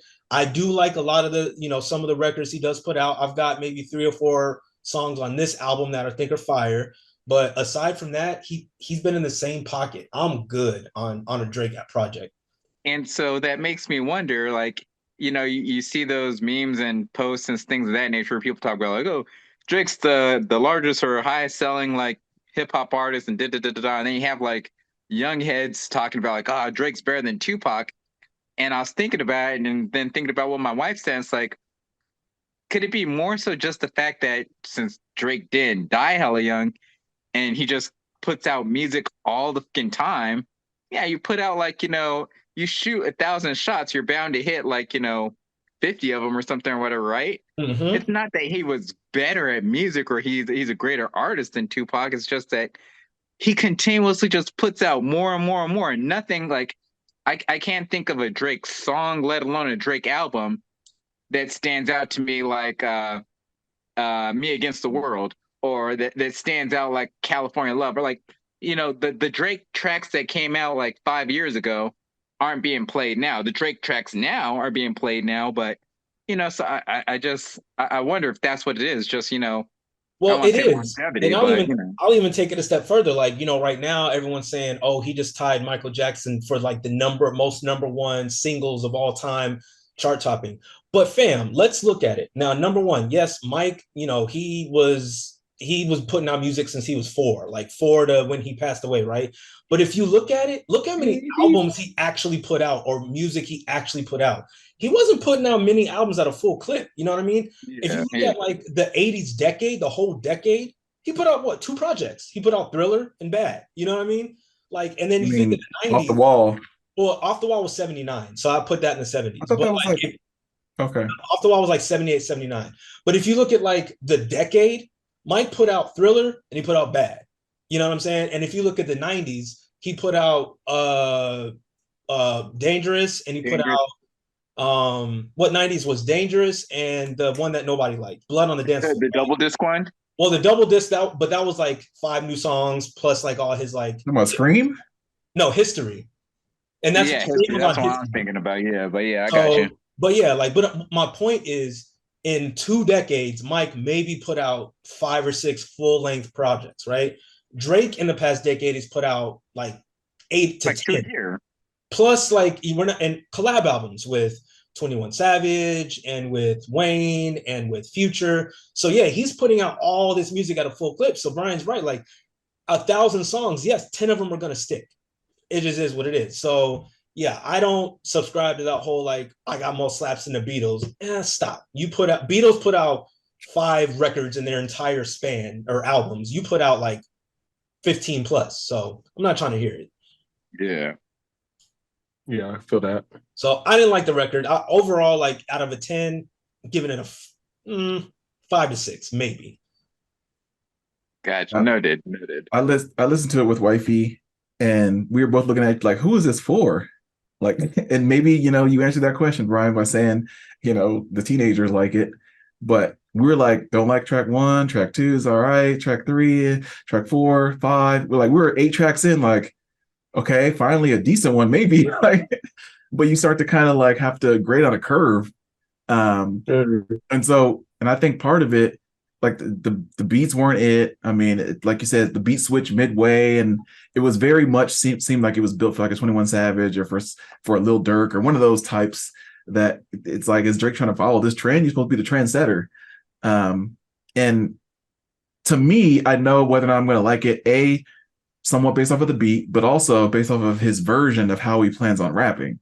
Mm-hmm. It goes up and he has a little pep in his step. He's a little bop to his flow, or if he's kind of more like letting the words just trickle out of his mouth, and it's like, speak it, sing it, harmonize it, do something that makes you the Drake that we come to know you as. Yeah. But the only time you get that nowadays is on like the timestamp songs, right?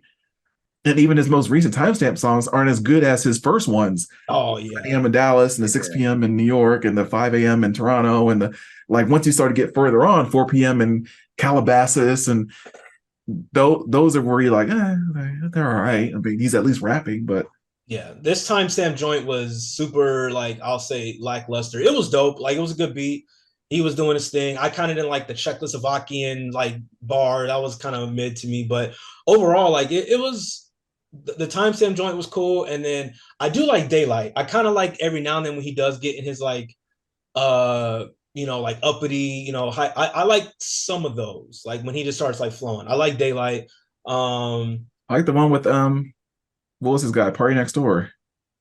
Yeah, that one was cool. I like that one, and I like First Person Shooter because Cole went crazy, but see, even then it was good until the beat switched, and then he got into a Charlene, Carlene, Darlene. I pack him like sardines. I'm like, fam, Drake, you're better than that. What are we doing? He sounded stupid. I'm sorry. They should just retire doing the names thing, since DMX and what these want from a. I know he tried to do something different, and it was cool until he said I pack him like sardine. It was corny, and I get it. Drake likes to be corny sometimes, but you can't do that after you were rapping with Cole. I'm not trying to tell you, B, not to listen to the album, but it was mediocre. I'm gonna be I'll honest. listen to it, but I ain't gonna cop it or download it It per was se. mediocre to me. I'm Yeah. gonna be honest, man. Well, a lot of the music sounds like they didn't put forth time, energy, and reshoots and re-edits and like, all right, let me go back in and do that. It's like, no, one take and I'm done and I'm out. And I only got this much studio time, and I got to go on to get the flight to see the Raptors game.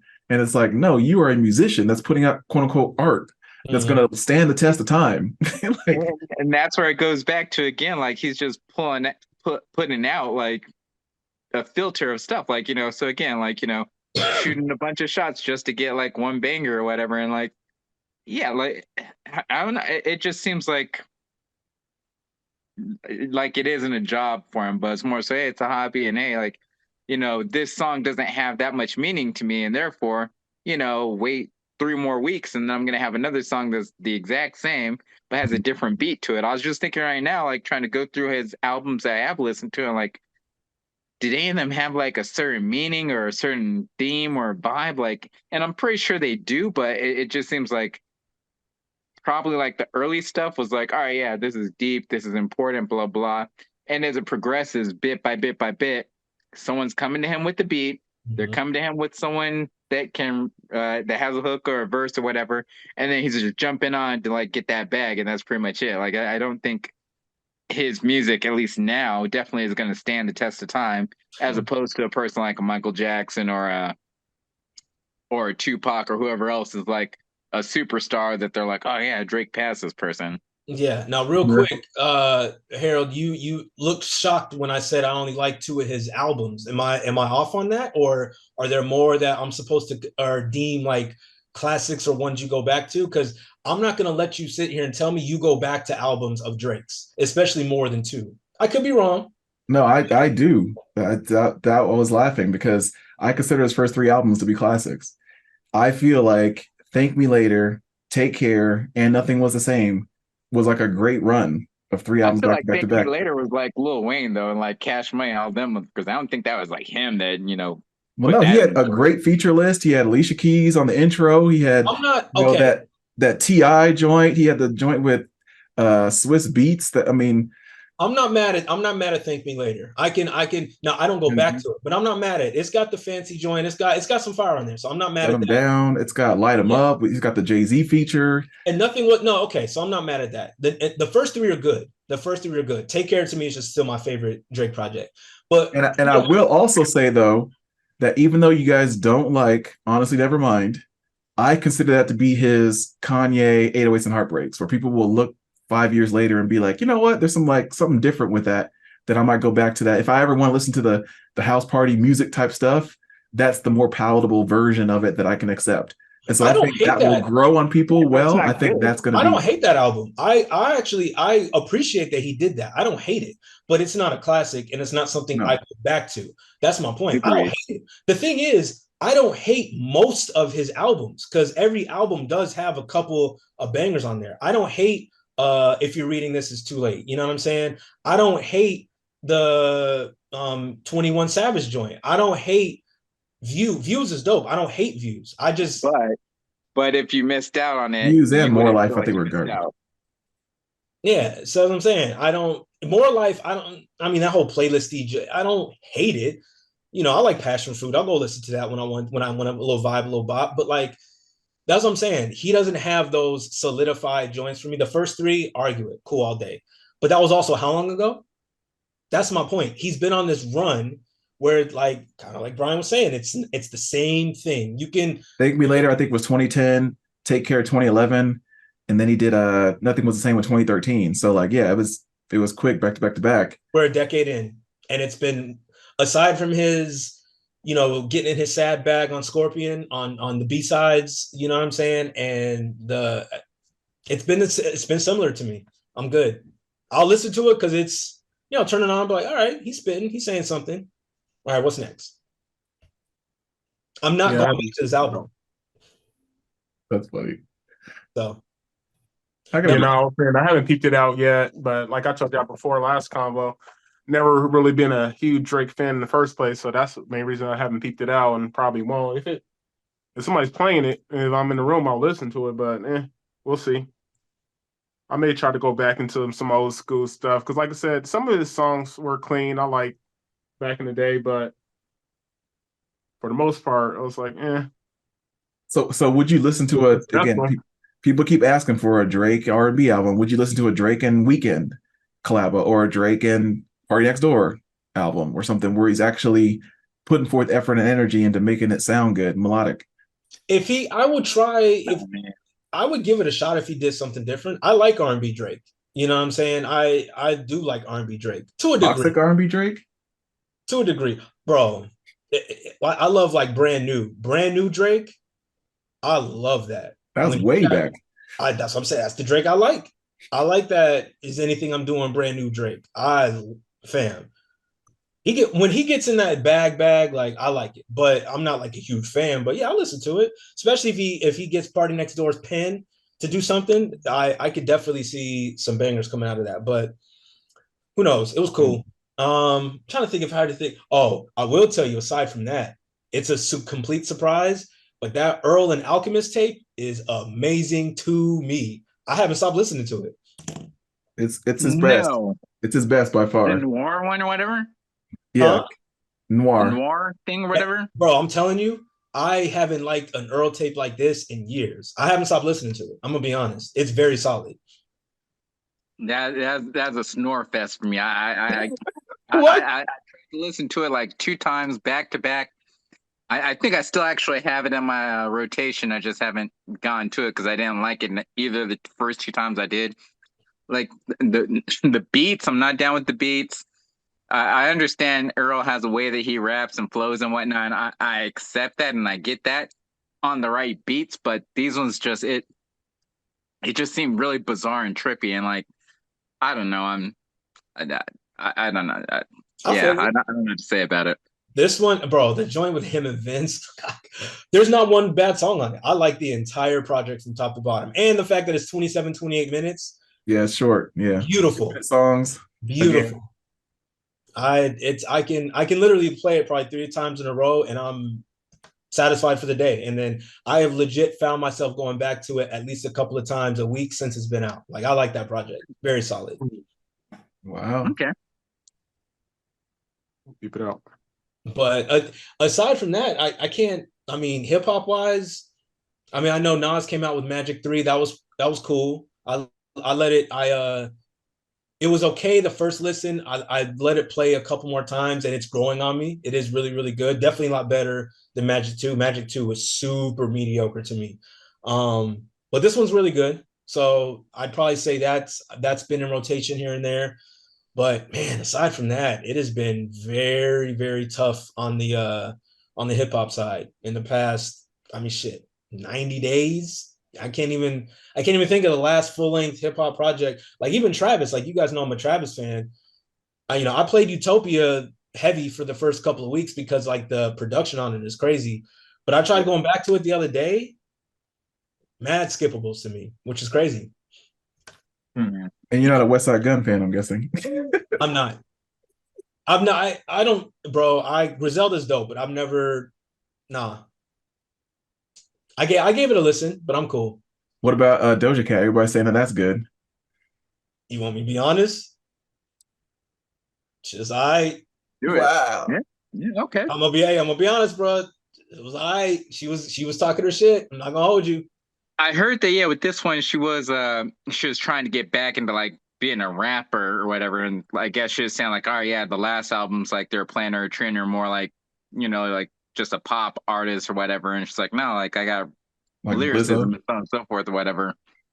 Some Maybe beats. perhaps her whole like I'm black but I'm not black thing, it just turns me off. Like I can't really and I'm not gonna lie, like yeah, like I'll listen to what's that Paint the Town Red. They got that on the radio like every single day. 24/7. So yeah, like I'll listen to that while I'm in the car and stuff like that, but I'm not going out of my way to like buy an album, to download an album, to like list to her track list. Like no, like I something about her character and her person just turns me off to like even wanting to listen to her music. So I'm not bothering with it.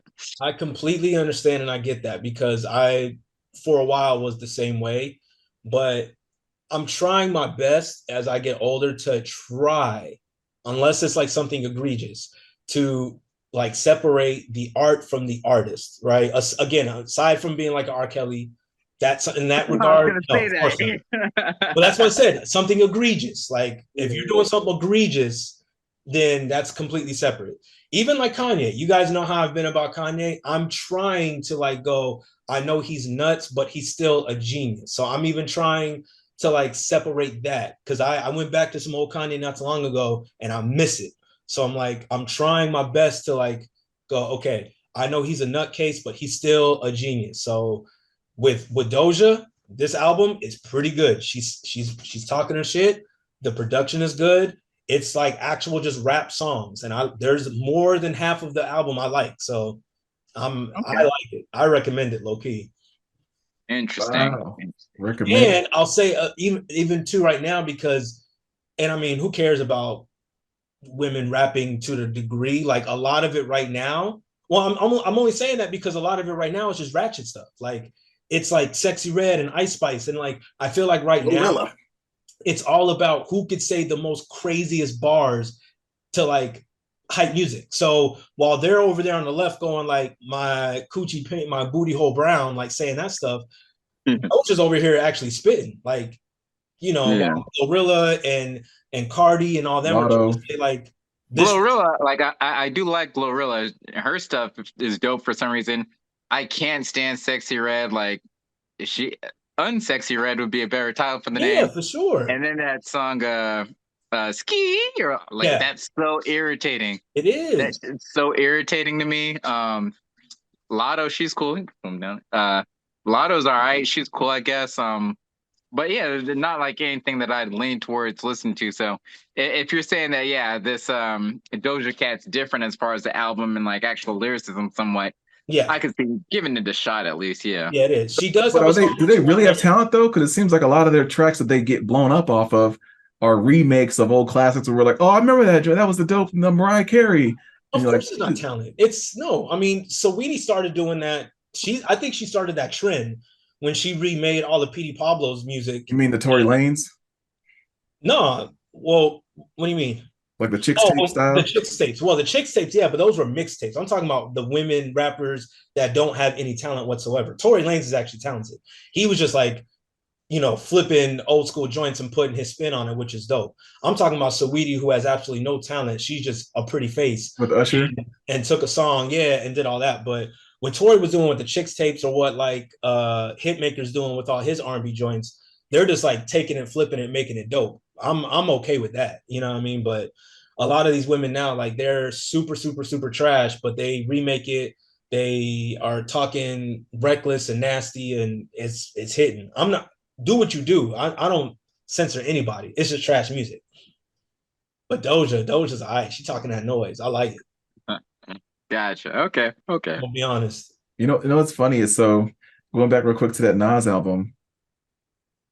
Some like he's put out so many albums in the last 3-4 years, and some of it, like again, this is like his I don't know 15th studio album. It's like, how do you still have words to say? Like some of the things he comes up with, some of the like metaphors he puts together. I'm like, you haven't said that before yet. You haven't pieced that together. Like, Yeah. how does your brain get to more new creative ideas? Because at this point, I'd be like out of words. I've used my word count. I've Look, already. you could say that about, I mean, like Wayne. Like Wayne is still, he's like the feature king of the year again. Like I remember like him being the feature king in early 2000s, and now he's the feature king again. Like he's bodying every single feature he's touched this year, and he'll say a line, and you're like, you didn't say that metaphor, like, and it's such a basic metaphor. You know what I'm saying? Like even like Eminem tweeted the other day one of his lines Yeah. that Yeah. Wayne said is like getting a bag of zeros like Funyuns. He's like, wait, why didn't I say that? That's such an easy metaphor, but no one has ever said getting a bag of zeros like Funyuns. What? It's the most basic ass line, but no one thought about it. So And that's I think it's not that like, oh, they've never said these things before, so they've said in different ways. So in this case, he said zeros like Funyuns. Next week it could be zeros like Cheerios or Oreos. I mean, like, yeah, so I think with Nas especially, like, because I thought of it as well. It's like, dang, like, he's been going for a long time. Like, what new is there to talk about? Every once in a while there'll be new subjects, but then like the breakdown in the bars, he's talking about snuffing somebody, just like talked about snuffing somebody back in '92 or whatever. But no one uses the word snuffing in 2023, so it's going to be sticking a person or whatever the case may be. So it's not that it's new stuff and it's not old stuff, but it's like kind of rehashed old stuff and and then some new stuff along mixed with it. So I think that's why, at least from what I've heard, it hasn't been anything repetitive. And that's what makes him fire, because he can keep coming up, even if it is the same subject matter, he can come up with it in so many different ways. You know what I mean? That's why we joke around about Pusha T and like his coke raps. Like, he's been coke rapping for 2 decades, but he still makes the same fly every single time he spits. It's like, how many more ways can you talk about how you flip birds? It's like, oh, but he did it though. You know what I mean?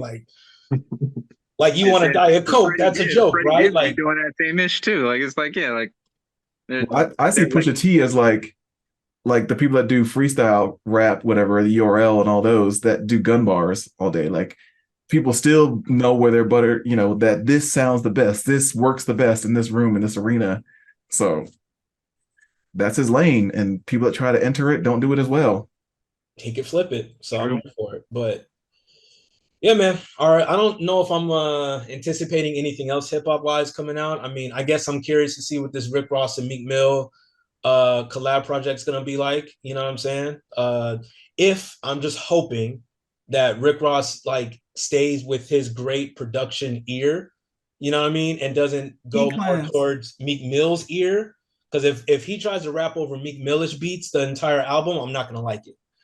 But if he can get into his like Maybach music production, the Justice League, and then bring Meek Mill over there in that avenue, I think it's gonna be a fire album. So that's probably the only one that I'm like kind of looking forward to. But aside from that, I'm good. Like, I'm straight. I feel like Meek Mill has been trying to recreate Dreams and Nightmares for like 10 years now. He can't. He's got to stop. It's just like, yo, it's like, no, drop the beat and let me just speak, and I'm gonna have no hook, just straight rap it. And it's like, bro, everybody has their Thriller. That's my metaphor for everything. Everyone has their Thriller. Like, live it, enjoy it. Everyone still considers that one of the greatest intros of all time. You could put it on in the club 10 years from now. We're all gonna go off. You don't have to recreate it. It's okay. You've got your certified banger. All right. Everyone has one. Be happy. You got it. Now just keep putting out other good music, but stop trying to recreate the intro. You're never going to do it. You know what I'm saying? Like, Usher can never recreate Confessions. Jay can never recreate Blueprint.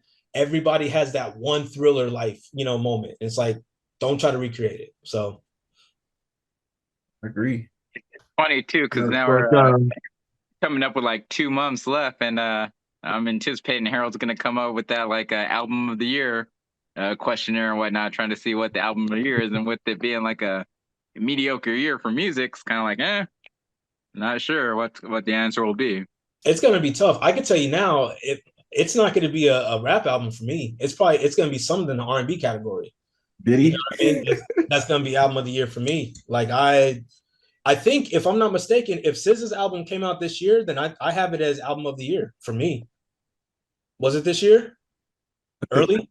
I think it was like Christmas time last year, but I'm okay. That's I'm gonna double check, but I thought it was earlier this year. If it's earlier this year, it's SZA for me. But if not, then I gotta rethink it, because I don't know. I genuinely don't know. Interesting. That's crazy. It's not Diddy? Oh, that album is fire. That's been in rotation too. That Love album is amazing. You don't like it? Interesting.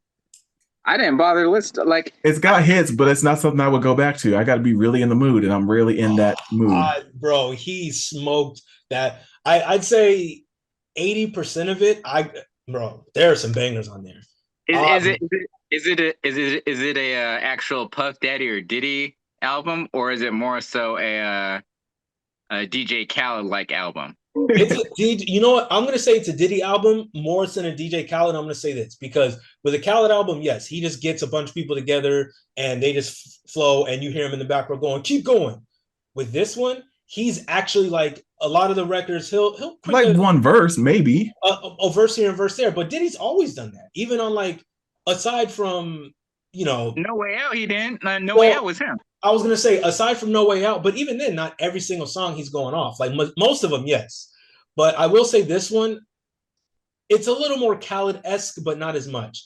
But I like that because he's showcasing a lot of talent on here, and he's letting it's like a 112. Like think of like his remix albums where like 112 is biting everything, and then he does his verse. Or Mary J. Blige would get on there and he would do a verse. It's like that, but it's to me amazing project. I love this album a lot. I don't know if I put in the album of the year, but I wouldn't be mad at putting it in contention. I like it. Quincy, did you listen to it? Being a super R&B fan? Nah, not yet. I'll probably peep it out tonight. Now I forgot all about it. I heard about it when it came out, and like with all the other stuff going on, I just like lost track, forgot all about it. But you just reminded me, so yeah, I'm gonna actually peep it out tonight after this call. I'll put it on rotation. I mean, See, there's Harold, like 20 tracks. Harold's not really an R&B cat like that, so that's why I'm not surprised that you have to be in the mood for it. You know what I'm saying? Like, it's a very solid, like, if you like early 2000s R&B, late 90s R&B, like it has those elements. You know what I mean? Yeah, definitely keep it out there. And I'll keep it out for sure. everybody on there, I mean, smoked it. He's got Bieber sounding good. He's got Mary sounding good. He's got The Dream sounding good. He's got Tiana Taylor sounding fire. Her sounds good on there. Everybody, I mean, what's his name?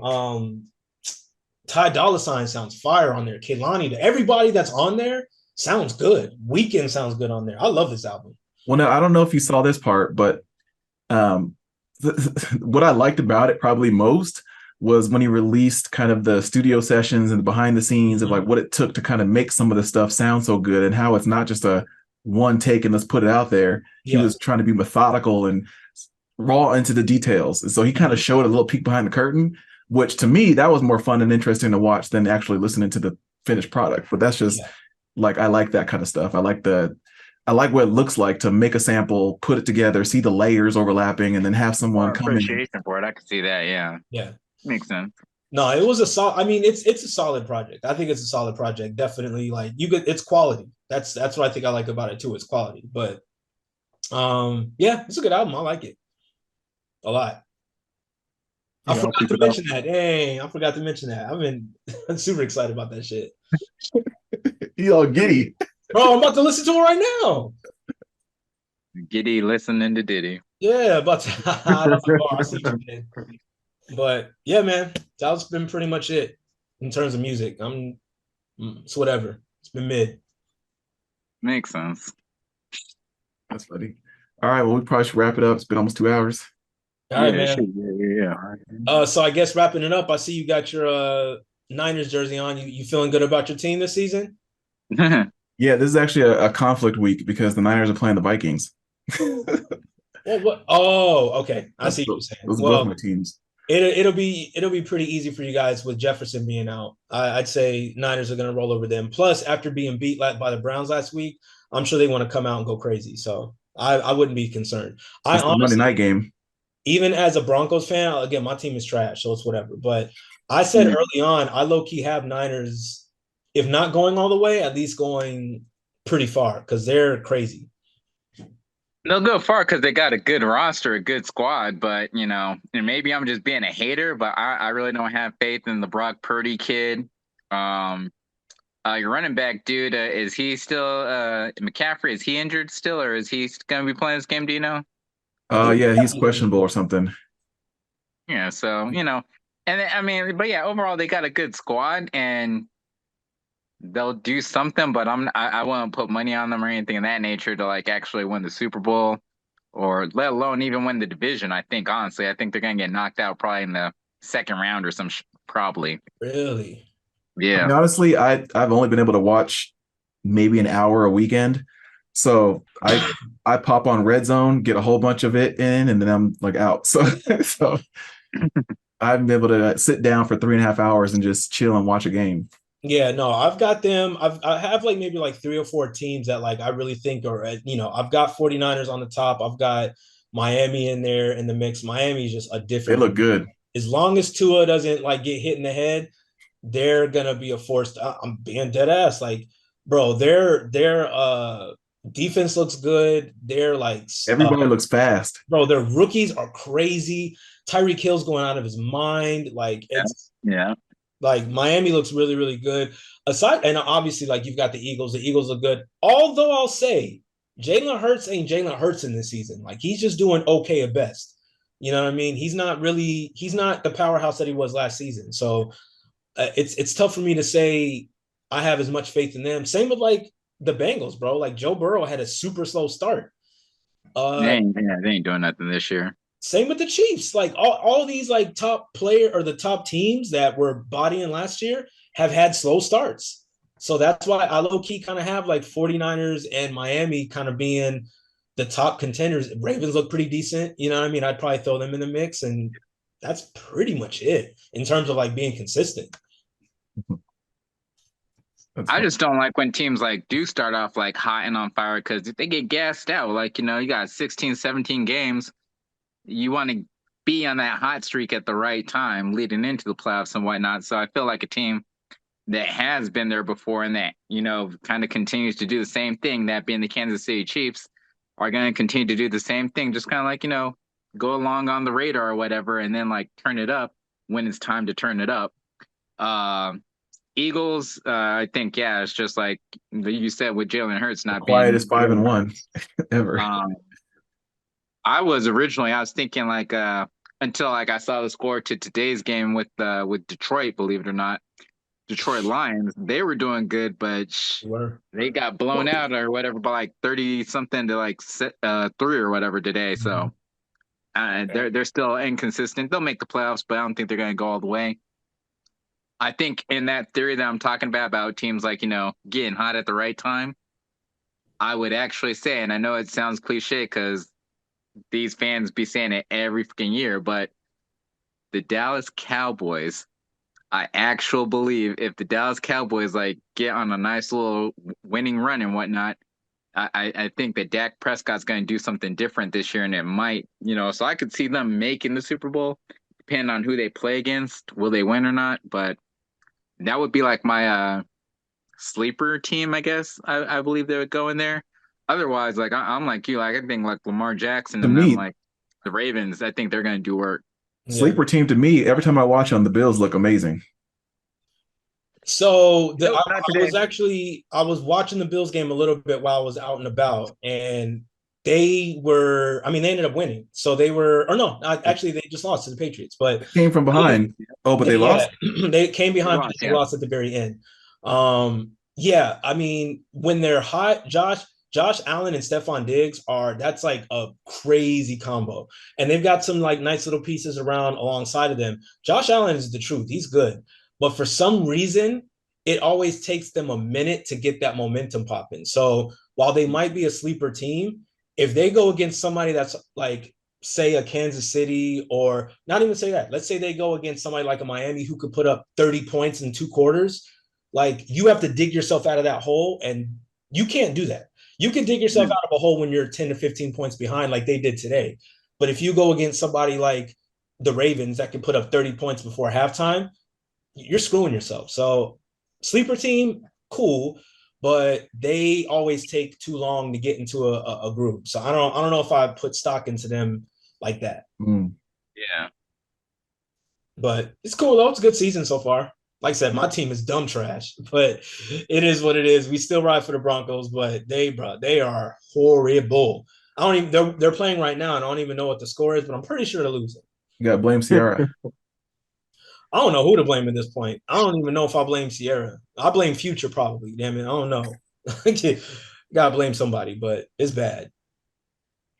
Speaking of that, like they're talking about like as far as his stats by himself, he's actually not doing bad. It's just the Broncos itself, their defense. Like, because if you look at stats for stats with other quarterbacks, he actually has some good stats. He just ain't producing. He ain't doing well with that team. So it's the team, not just Russell.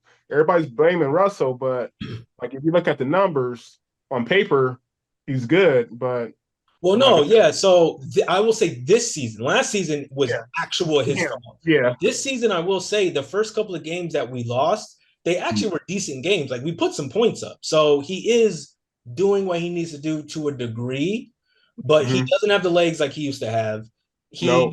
He doesn't know how to like play the pocket anymore. He used to be able to like when he was in Seattle, he can get out of the pocket and throw a dime. He can't do that anymore.